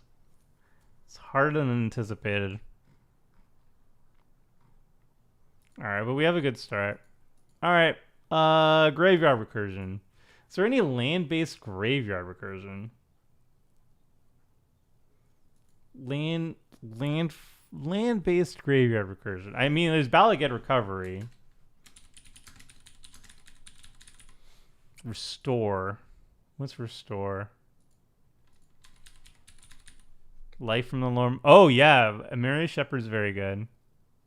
No, that's not what we're doing here. Yeah, Mary Shepherd's good.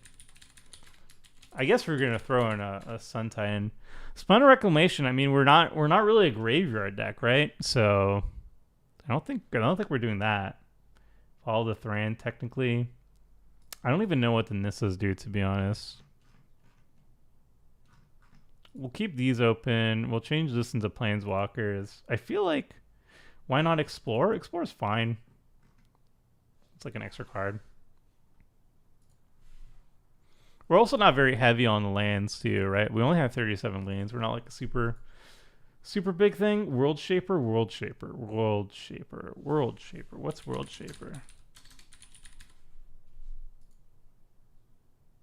Shaper. Mill 3 cards, return all lands. I feel like this card's better in like not our deck.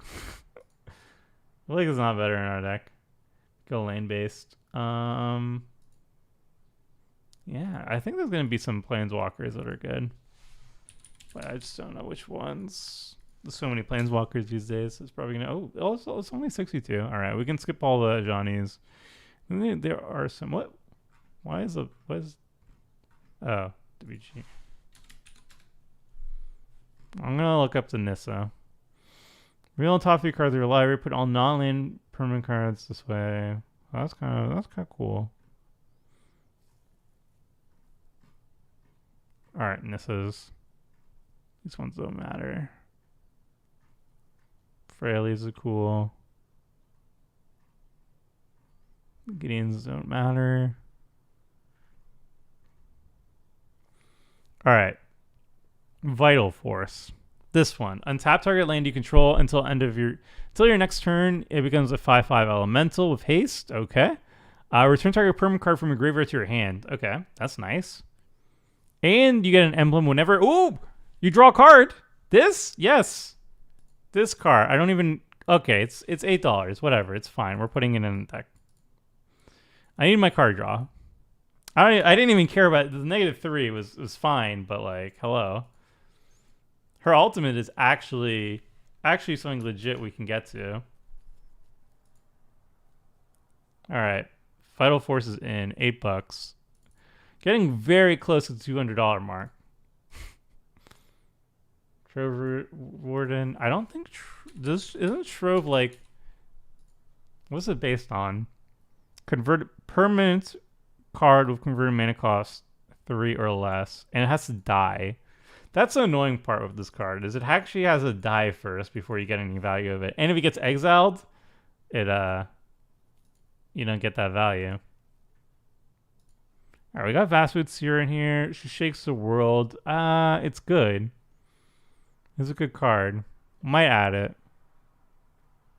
Wanderer. Ugin might add. These ones don't matter. Vivian doesn't matter. Okay, cool.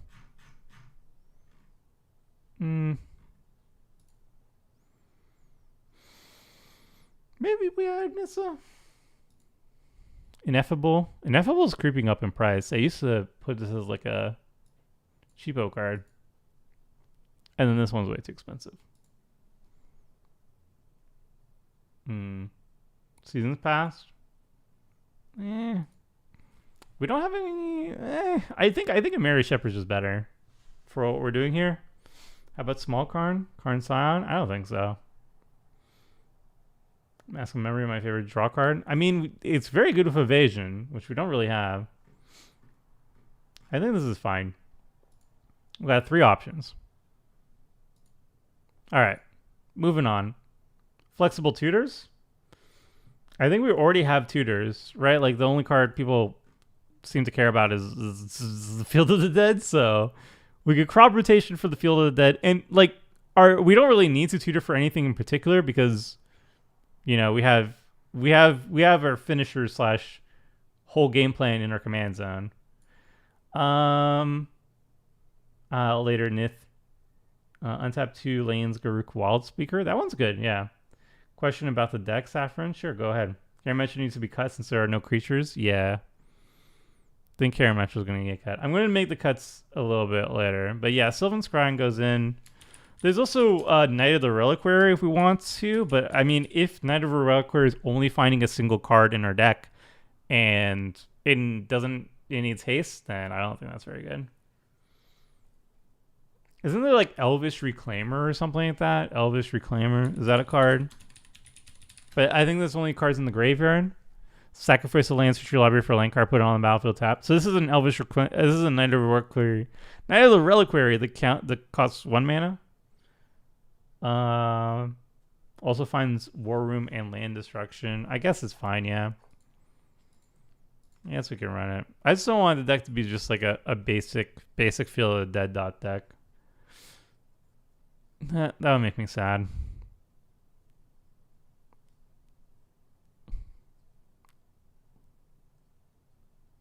Yeah, we'll take out the Karametra. Take out the Karametra.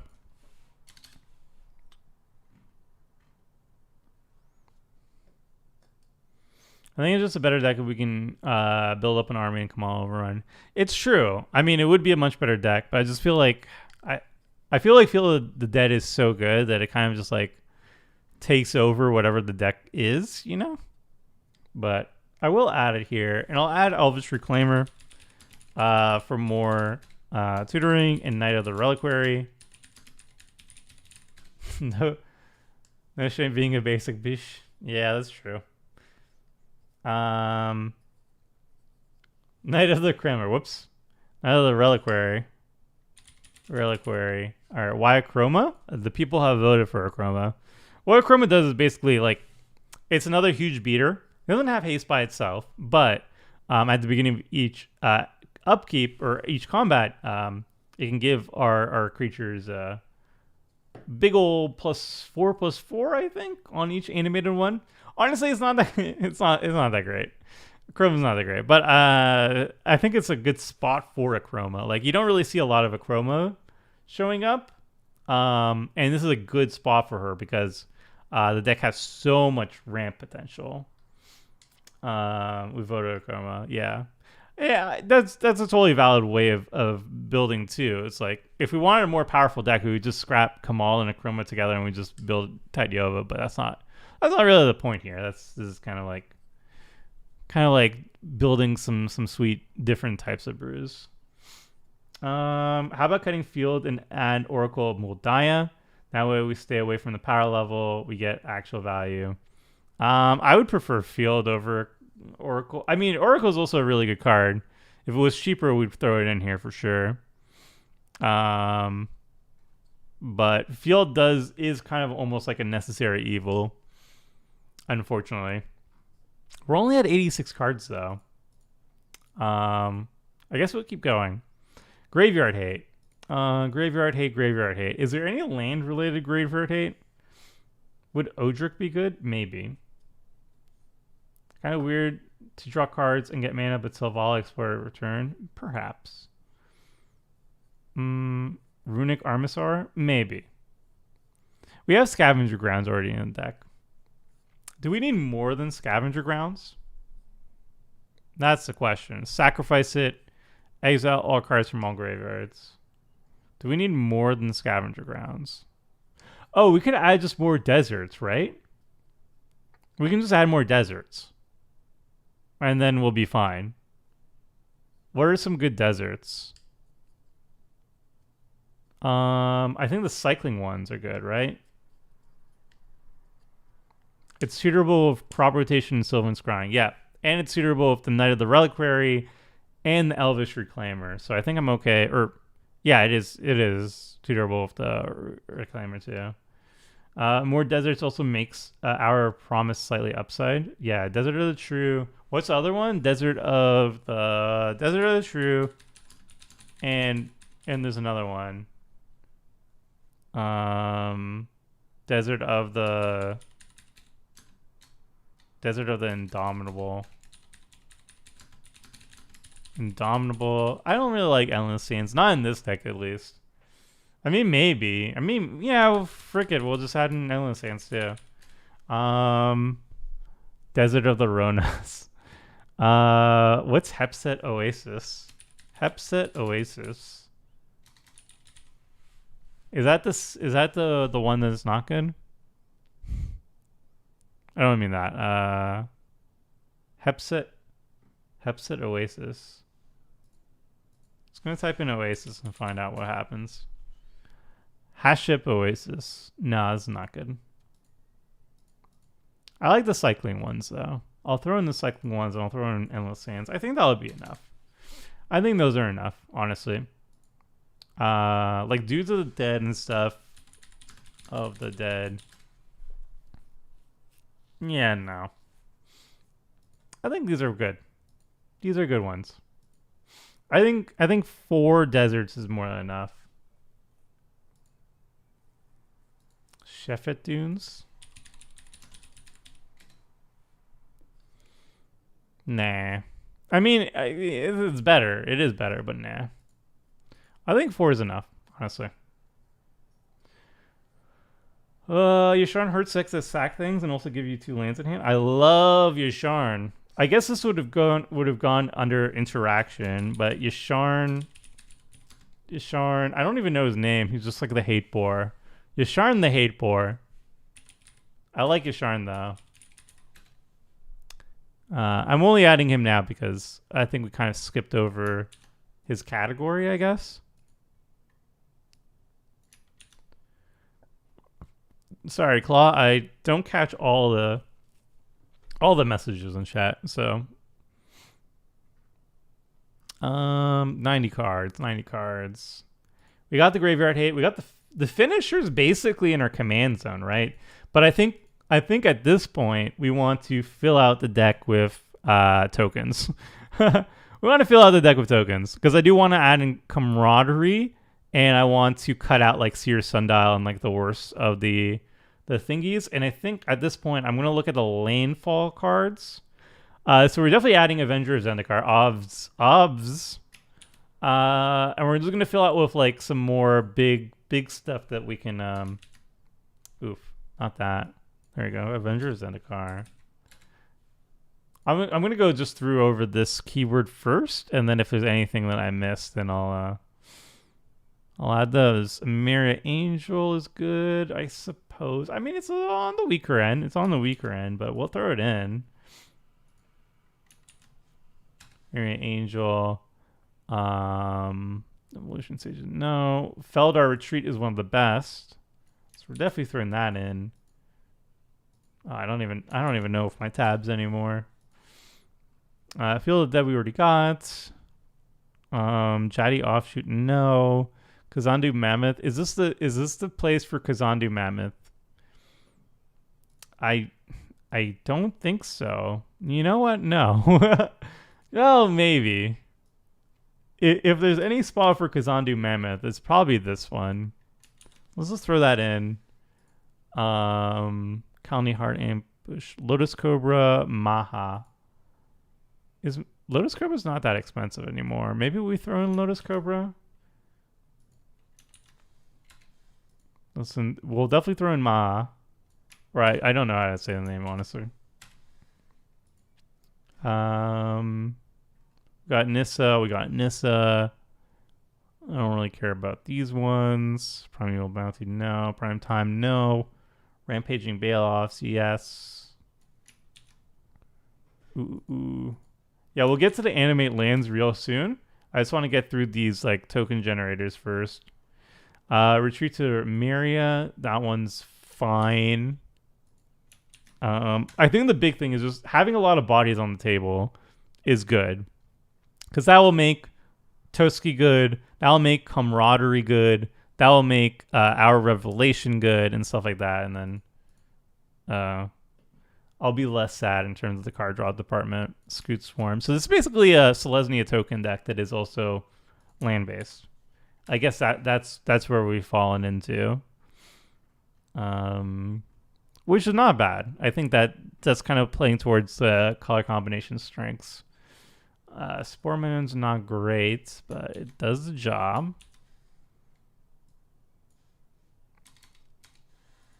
We're almost done. Shrove Warden, no. Wait, yeah, there's the Royal. Okay, I thought I was missing one. Awakening Zone. What's Curious Horde? Curious Herd. Choose target opponent, you create X. No. I'd rather just blow up their artifacts. I don't want to make tokens based on their artifacts.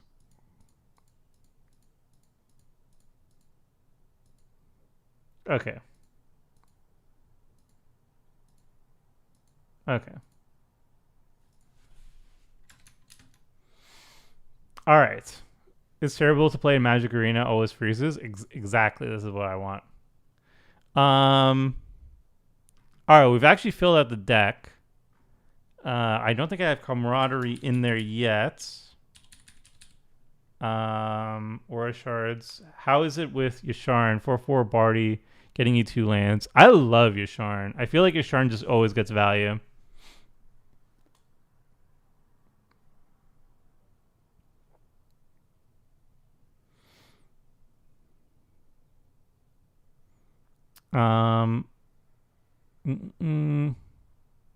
Wait, how did we get to this many lands? We do have to make some cuts. All right. I'm gonna look at the last cards people are mentioning. Earth Surge. Is this just like your lands get +1/+1? No, I don't think it's good enough. I don't think it's good enough. Crows and Tusker, no. Sometimes the Sharn shuts your own things off even. I don't think in this deck. Can't pay life or sacrifice non-land permanents. I don't think any of her stuff requires us to pay life. And our non-land permanents, I don't think want to be sacrificed. I guess Sakura Tribe Elder? I guess it shuts off Sakura Tribe Elder. But that's it. Eudora. All right. Sylvan Awakening. Yes. Yes to Sylvan Awakening. No to Azorius Predation.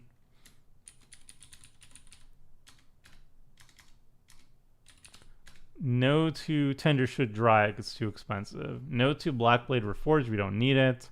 No to Marshall Coop. Sylvan Safekeeper. Maybe. I don't know. I don't know what Amarius Call is. Concerted Effort, I don't know is.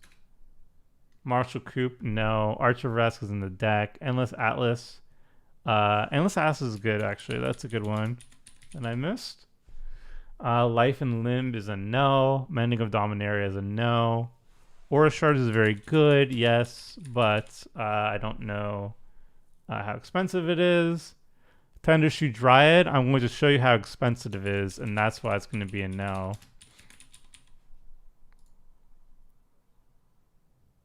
Well, if I could spell it correctly, then I'll show you why it's a no. $14, that's a no. Idol of Oblivion? Idol of Oblivion is a yes now. Oblivion. Karametra. Is Karametra whenever a creature enters? Or is it whenever a non-land creature enters? Are we bringing back Karametra? Whenever you cast a creature spell. It's when you cast a creature spell, so I don't think it's good enough. March of the Multitudes. Is the rule one of each card? Never played Commander. Yes, it's singleton. One of each cards. Endless Atlas only works if you have 3 or more of the same land out. You only have... that's true. If you control 3 or more lands with the same name. Yeah. It's a little bit awkward. Concerted effort. Did I already put in concerted effort? Concerted. I did. What does this do? At the beginning of each player's upkeep, all creatures you control gain flying until end of turn. No. We're going to take that out.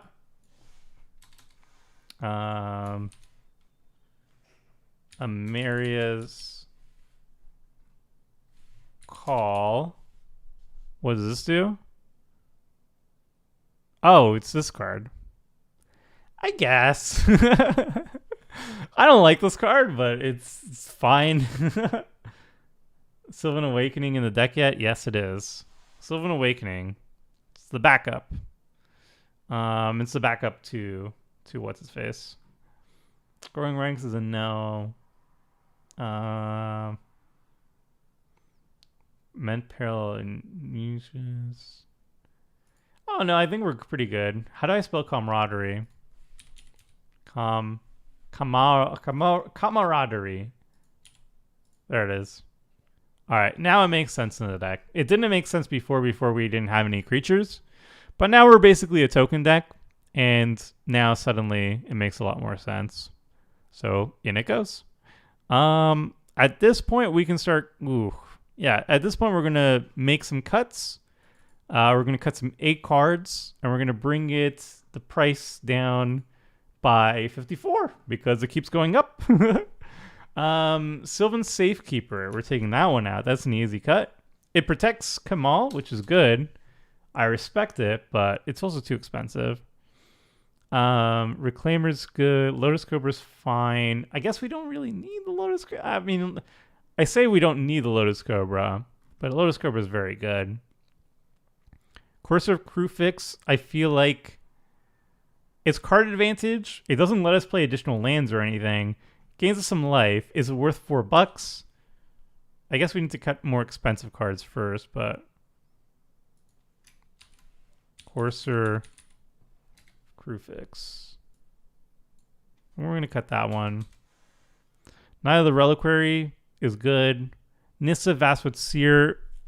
It makes a Shia.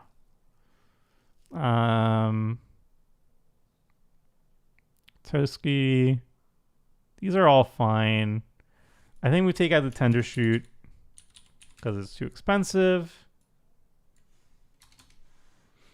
Admonition Angel's fine. Avengers Zendikar getting up there again, despite all the reprints. These are fine. I honestly think, wow, Nature's Lore is expensive. Nature's Lore, we're gonna cut that.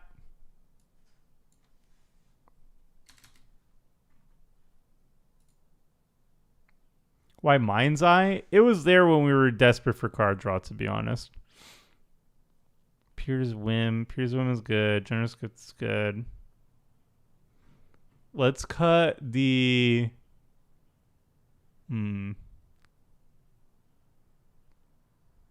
Let's take out the Seer Sundial because it's bad. Cut Fields.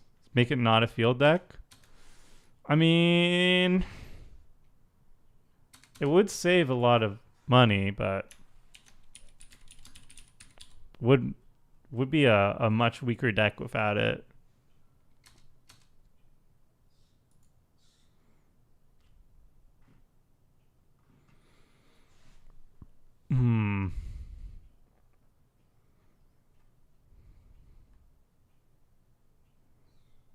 Cut Field deck. I mean, we got to our price point, I think.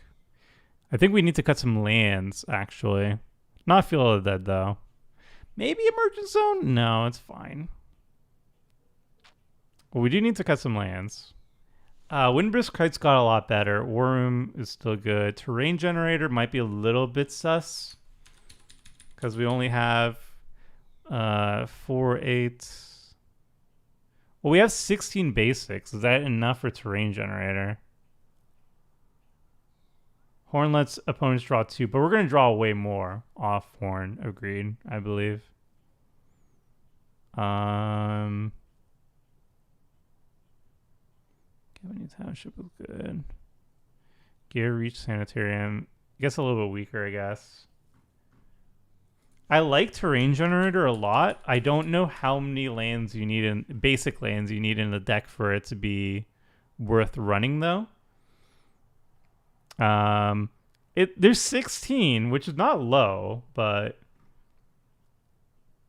do you have Gardens of Vidugazi for the 8/8 land? I don't. Generator is good in a non-ramp deck. Yeah, it's less good here, I guess. I'll just take it out.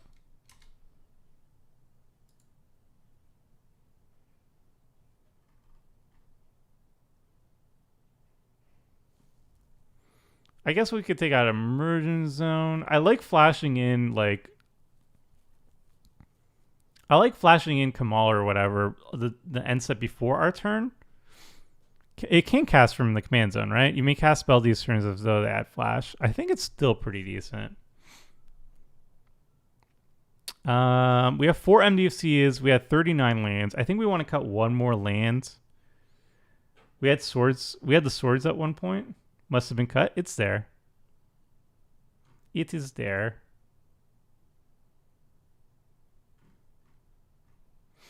I don't think I want to cut the Swords of Plowshares. We're pretty low on interaction because I thought maybe we wouldn't have enough room for it, but Immersion Zone does win games. I actually do want to hold on to it. I think maybe we cut like the Stirring Wildwood. Play Woodland too slow? It is slow, but I mean, I don't know. I think it's fine. Legit thought this was tapped out with Dark Mode on. Yeah, we got the good stuff now. I think we want to cut one more land because I want to go to 38 with 4 MDFCs. I think is good. Not needed in a ramp deck. I mean, Temple of the False God is only good in a ramp deck. This is the funny thing. It's only good here. It's not good anywhere else. I think I'm going to hold on to it just for the sake of it. I think we don't need the Stirring Wildwood. Can trade for the green-white version. We have both. Cut the Nissa's Pilgrimage is not very good. I think we can cut the Pilgrimage too. I'm going to cut out the Stirring Wildwood. Cut the Garo Reach. I guess not. I guess Garo Reach is not very great here. Or is it? I'm going to take out the Garo Reach. Do we need the expertise? We don't. But like the question is, do we want to... Do we need War Room plus Arc plus Enclave? We don't, but now that we have like a token theme and we can build off that, can we get back the Courser? We could. Endless Sands? Sylvan Advocate? Do we have Endless Sands here? I think it's decent. Sylvan Advocate? Sylvan Advocate. What does Sylvan Advocate? Is that the one that gives them all this one gives them all +2/+2? And land creatures you control get +2/+2. This is just the better version of the enchantment, right? I'll throw that in there.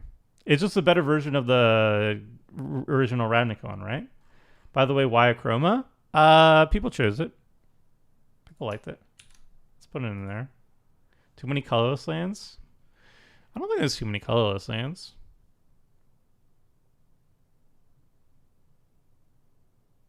I think it's fine. Kamahl's Will. Oh, did I miss Kamahl's Will? Is this good here? Kamahl's Will. If you control, they become 1/1 indestructible haste. Choose target creature you control. Is this good enough?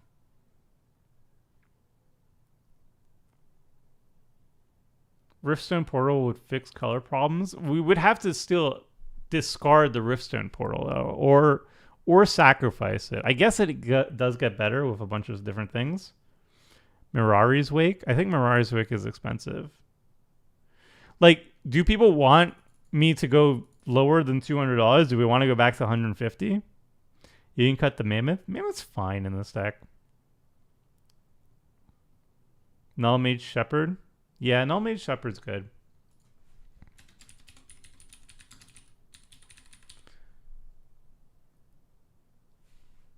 Go to 150. I mean, that is what people voted on, so I'm not opposed to that. Going back down to the 150. I guess the Vista and stuff gets a little bit weaker. I like the cyclers.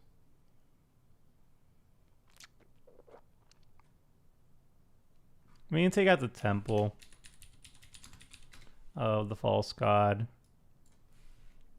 I like to get to 50. To get to 50, I'd say you need to cut the field. Challenge accepted. I'm going to see if I can not cut the field. I feel like the field's very good in the deck. So we got a Nissa. We got a Tireless Tracker. Someone Advocate. It's cute. 101 cards. Horn of Greed's good. Thematic Compass, don't need. I'd say cut field, cut rotation, 150. How much is crop rotation? Rotation's $1. I think we can cut the Rishkar's expertise. For sure.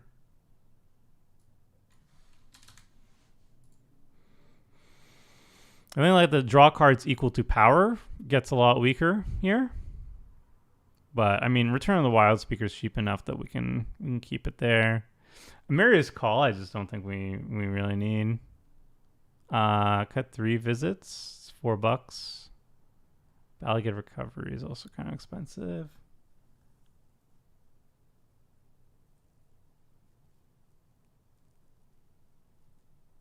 Endless Outlaw still not there because we don't have a lot of basics that share a name. Because Snow Covered Forest is not the same as Forest. Is Pierre's Whim good enough? It is, I think.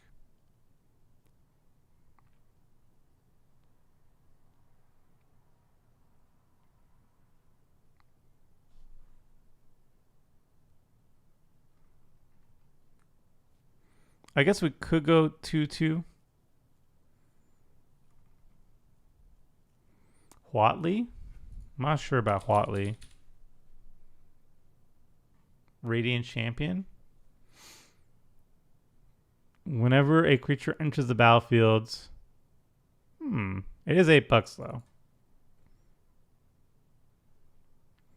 Are you writing Collective Unconscious? No, it's just a more expensive version of Shamanic Revelation Camaraderie, I think, right? The Reclaimer is expensive. Maybe we take out the Reclaimer. We also have the...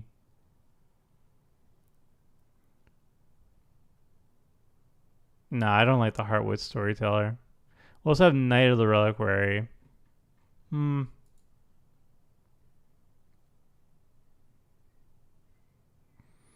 Fastwood Series is a little bit expensive for a value engine. That is true. But it's good. It is kind of slow. Building a lands deck on a budget is ambitions. It is more difficult when you're outside of blue, I think. Scoots Form? Scoots Form's... No. No. Let's take out that. I'm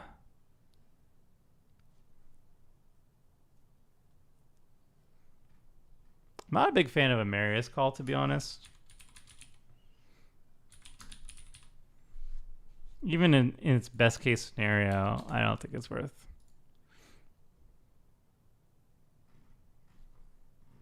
It's going to be a little bit rough getting to 150 without field, I'll be honest. I'll concede the fact. Maybe Pierre's Whim out. Finale of Devastation. I don't know what that one does. Eudora Grave Gardener. I don't even know how expensive the Eudora is. I'm assuming she's very expensive because she's causing all the spikes. Whenever another non-token creature. We don't have a lot of non-token creatures. I mean, we have 19. Yeah. Meh.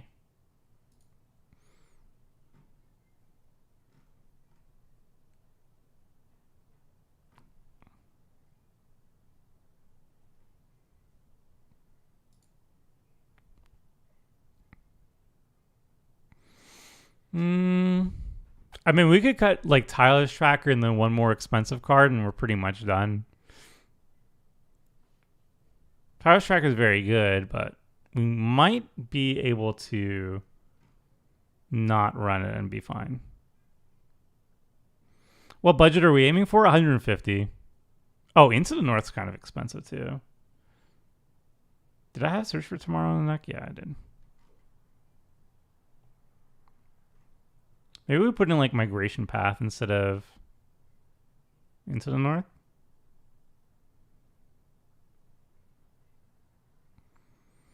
Cut Balance Realms. It's not very oh, it is expensive. And we have a 16. Mentor of the Meek and replace him as draw. We could put in Mentor of the Meek for sure. We should put in Mentor of the Meek for sure, actually.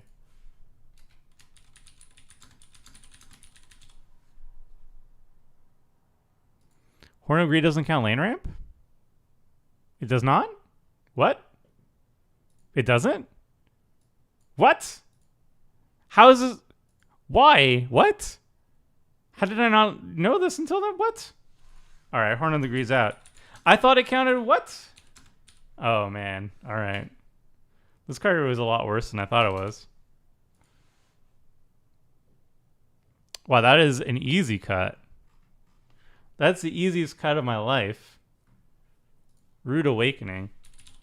What's Rude Awakening? Is this the one that's like, yes. Untap all lands until end of turn. I'll add that. Sure. That one's cool. Wait, is Rude Awakening just better than, worse than Kamahl's Will, though? Untap all lands until end of turn. They become 2/2s. How much is Kamahl's Will? I do like that it's also like instant speed removal. We're going to throw in Kamahl's Will. Land Awakening from Dominaria. When is that?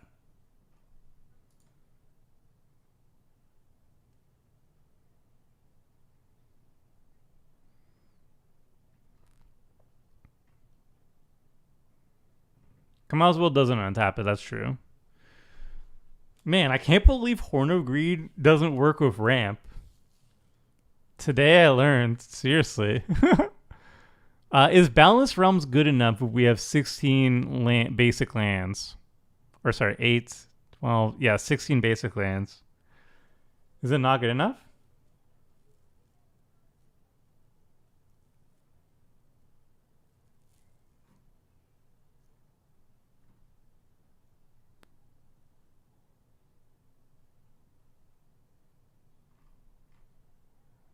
Ooh, Kabira Takedown's good. Yeah, Kabira Takedown's good.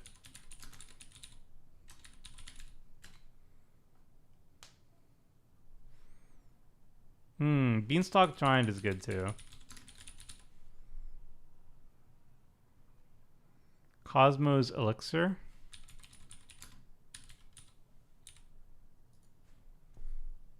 Beginning of upkeep, draw a card if your life total is greater than your starting life. I don't think that works. Selesnya Bounce Land? I think so. No consideration for flagstones? I don't think so.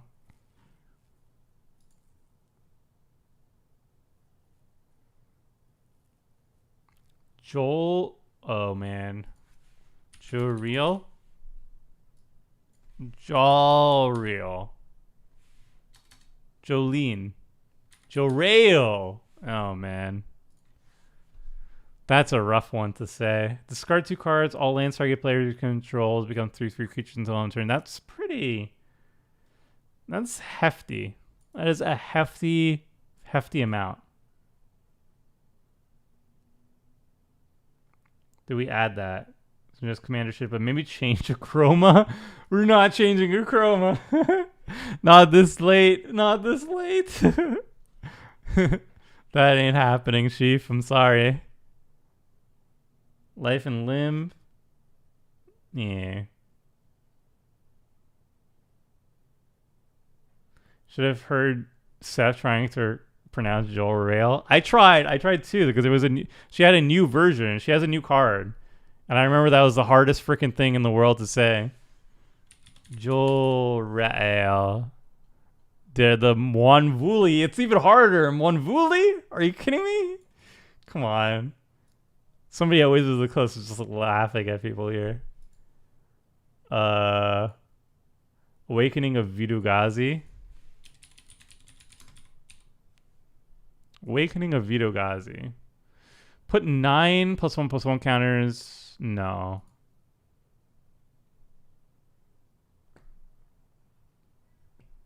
At Rudeborn Defense. Did we put Courser back in? I don't think Courser's that great, but maybe we're cutting cheaper things. It was one of the more expensive cards though, right?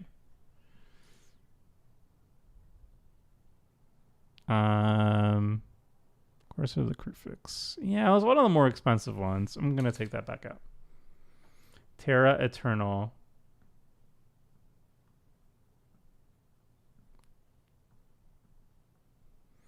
How much is Old School Kamahl?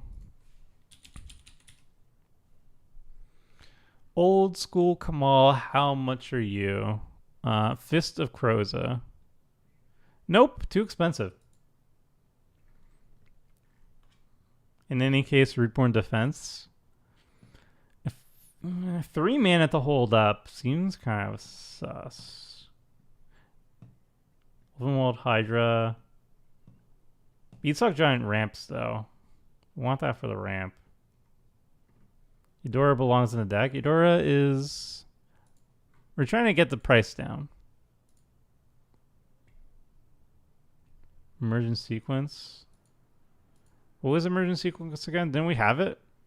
Yeah, it's in here. It's in here.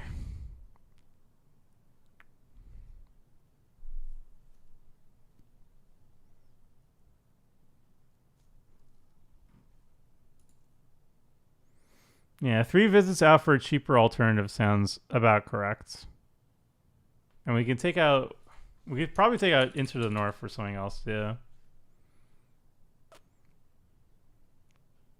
Odric, since Kamahl and Akroma are keyword soup. I feel like once we have Akroma and Kamahl on the battlefield, we are pretty much good. We really don't need more pump. Because keep in mind, like, imagine Kamahl and Akroma is on the battlefield. Your creatures are 4/4s with Kamahl, and then they get an additional 4/4 from Akroma, right? So they're 8/8s. Your creatures are 8/8s. Your opponents are dead. You don't need more. You're good. Kodama of the East Tree is under $3. Could try Colony Hardened Acquisition. That's actually a good one.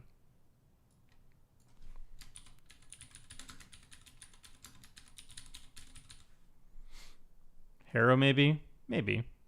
What's the enchantment? It's a 1-mana enchantment. You pay 2 and you sacrifice it. Tomer, maybe explain the win cons. Where is it trying to go? You ramp a bunch. When you're ramping, you're making a bunch of tokens off stuff.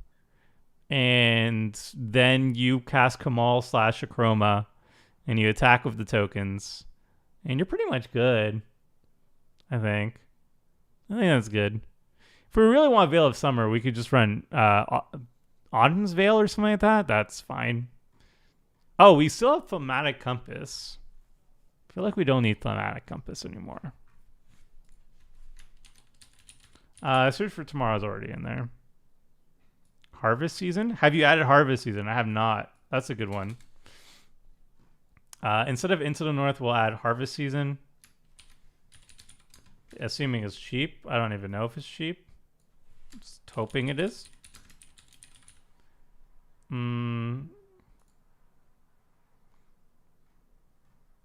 Harvest Season. Oh, it's cheap.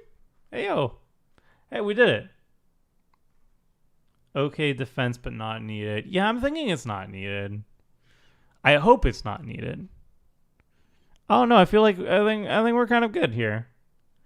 Thoughts on Seed the Land? Font of Fertility. That's the one, yeah. Oh, no, I think we got there, right?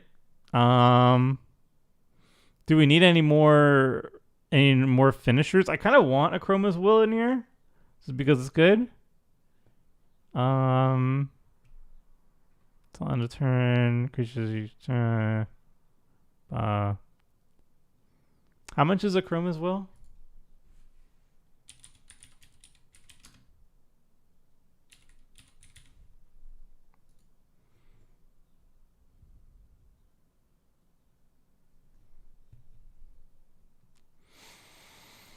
Flying, Vigilance, Double Strike, Lifelink, Indestruction, Protection from all colors, $5.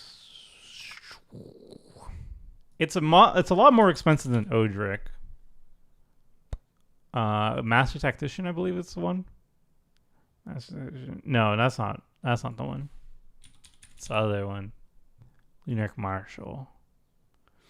Creatures get first strike. I don't think this one's good though. So because like our creatures are going to have mostly the same stuff. I guess it's good if we animate one land of Kamahl, then all of our vanilla tokens get the stuff, right? I don't know. Does a lot less though. I mean, Akroma just straight up gives all of her stuff the stuff we need. I also like it. It's also instant speed protection.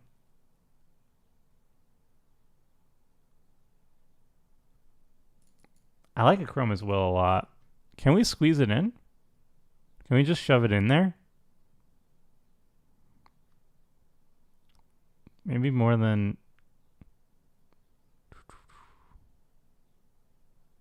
Maybe if we're cheeky and we take out swords. No, we can't take out swords. Swords is very good.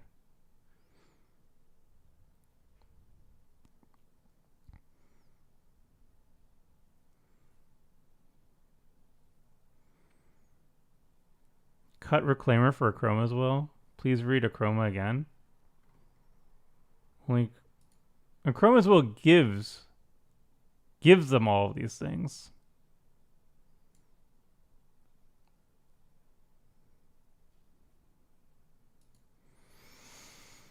I think I want to have it in there. Maybe instead of Boundless Realms. Boundless Realms is good too.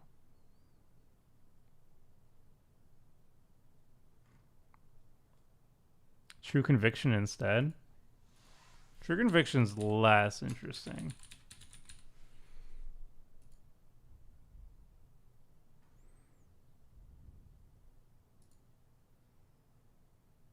Chroma's will seems worse than True Conviction. Double Strike Lifelink for 6 mana versus Lifelink Indestructible and Protection, or Flying Vigilance, Double Strike, or all of these.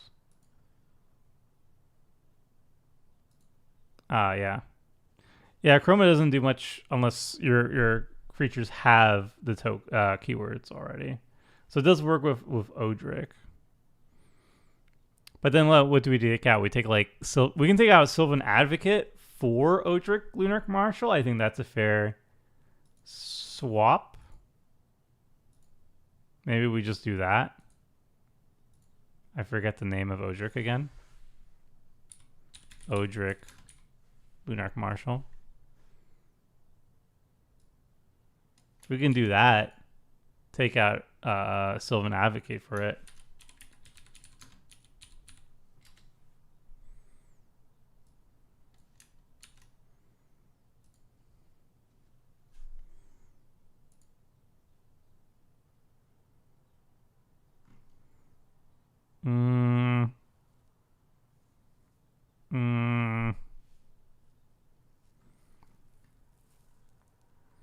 At 147, War Nissa is expensive. Nissa, who shakes the world. She's been reprinted a lot, which is helpful. $6. It's very good.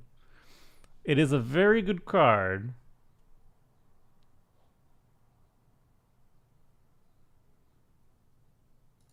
I guess instead of Elvish Reclaimer, we run Expedition Map. Because we're just looking for Field of the Dead. And then we save some money there. Elvish Reclaimer. If we replace this for Expedition Map, We have 16 basics. We have snow covered basics and regular basics. Reshape the world. Reshape the world. No. Reshape the earth.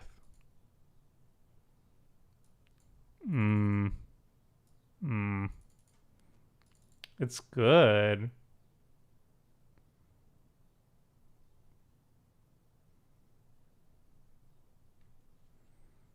Not many forest furnaces. There's 8 forest furnaces. I guess. Wait, we also have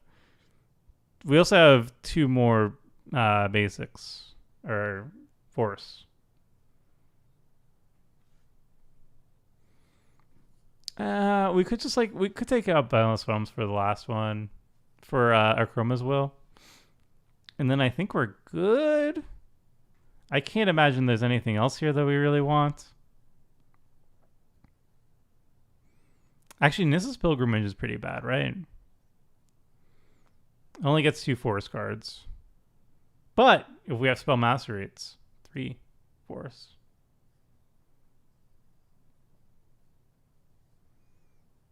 How much is Mirari's Wake? I would replace Boundless Realms with Mirari's Wake in a heartbeat. If it was cheap enough. It is not. Wait, World Championship decks? Oh, what the heck? Cut Tireless Tracker? Never. Never. Yeah, I want Akroma's Will in here. I'm not sold about do we need Sylvan Awakening? Maybe we don't need Sylvan Awakening. Is this good here? I guess it's good here, actually. Yeah, it's good here. I think it's fine.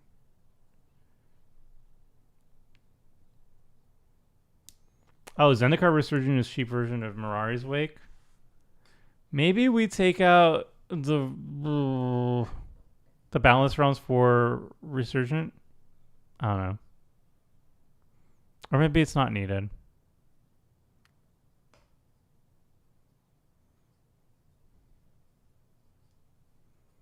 How much is Zendikar Resurgent? Has to be cheap, right? Add Armageddon? No.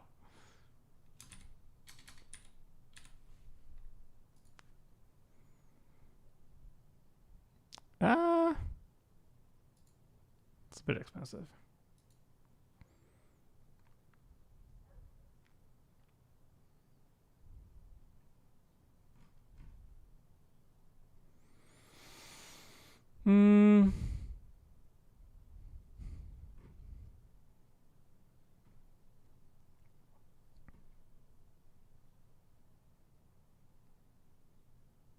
Yeah, maybe we'll just take out Balance Rounds for Akroma's Will. It is a lot of.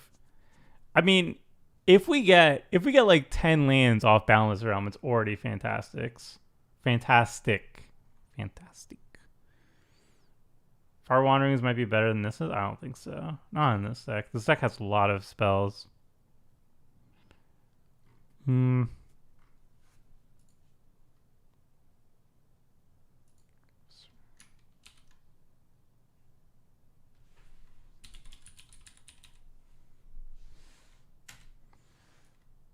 Kind of want Zendikar Resurgent in here.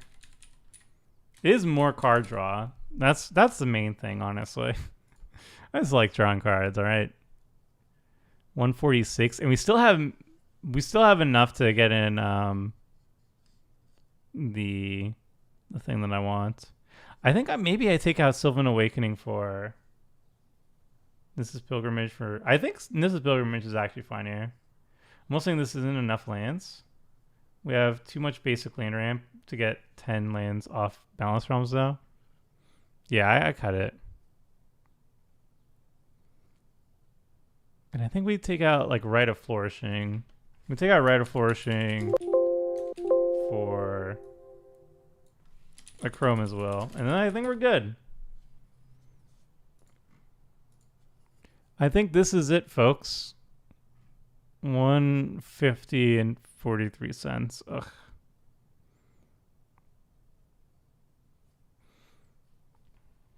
My hand has been forced. I am going to. I don't think we can get Riftstone Portal to work most of the time. I'm just going to take out the Riftstone Portal, and we're going to replace it with a forest, a basic forest. Because I think the one thing I'm kind of worried about is running out of basics.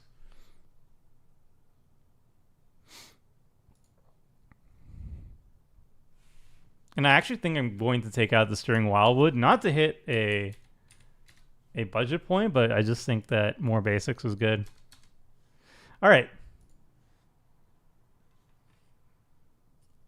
That's it. I think we got there. This one was very tough. I was kind of worried when we were going through the card draw section that it wouldn't really pan out. But I think once we kind of settled on tokens, that kind of just smoothed everything out a lot. Like tokens, yeah. I mean, Selesnya tokens, peanut butter jelly. It's very, very much what Selesnya does. But using them to do the things we want to be doing, which is animate lands, makes a lot of sense. Like, a lot of these are landfall triggers, right? Rampaging Balos is a landfall trigger. Avenger Zendikar is a landfall trigger. The Spore Mound is one. Felidar Retreat is one. Retreat to Emeria is one. Zendikar's a roll and all this stuff. So all of them make sense. And then, yes, it allows us to run Camaraderie. It allows us to run Shamanic Revelation, Return of the Wild Speaker. All these things to draw us cards and make the deck kind of function. And it also makes Kamahl work a lot better, too. It makes Akroma work a lot better, too. Because Kamahl's not just, pumping our lands. It pumps all of our creatures. So I think sticking to what Selesnya is good at kind of salvaged the deck a whole bunch, but it's still a land-based deck, right? It is all about animating lands of Kamahl and pumping them, but we also have a bunch of tokens as well. And we have other ways of animating too, with Sylvan Awakening and whatnot. So I think job well done, chat. I think we got there in the end.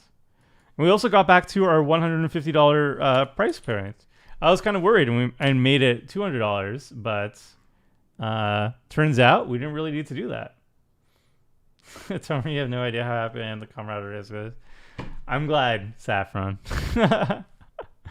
It is a very good card, but at the time you were suggesting it didn't really make sense. But now that we got tokens in on the deck, it makes a lot more sense. Yeah, this deck looks sweet, and I think all the cards are available online. So this is a deck that we could potentially play on a future stream. I want to play Bella Borca for this coming Wednesday. I have a Bella Borca list that I did on a Backseat Brew a while back, and I've been itching to play it. So I'm going to be playing it on Wednesday stream, but I think next week I'll probably play Akroma and Kamahl for the week after. So that should be fun. The Mammoth made a deck for once. Yes, the Mammoth finally made it to a commander deck, and I think it's going to be fine. High praise indeed, but I think it's going to be fine here. So yeah, this should be pretty sweet. Hope everybody enjoyed this. I know I did. Thanks so much for joining me on this lovely Sunday. Hope you enjoyed the stream. And if you want to be participating in a future stream, Wednesdays I do EDH streams. I do Commander gameplay. And I always play with viewers, or most of the time I play with viewers. So if you're interested in joining me as a player in the stream, if you have access to Magic Online, you have your own deck list that you have available to play, you're familiar with the program, and you are comfortable with voice chat, just hit me up. Send me an email at tomer@mtggoldfish.com. We'll get you in and organize a game for you to join me on a future stream. So I hope everybody enjoyed, folks. Thanks for joining me on this weekend, and enjoy the rest of it. And if you're in Canada, happy long weekend. All right, friends, I am out. Good night. Bye.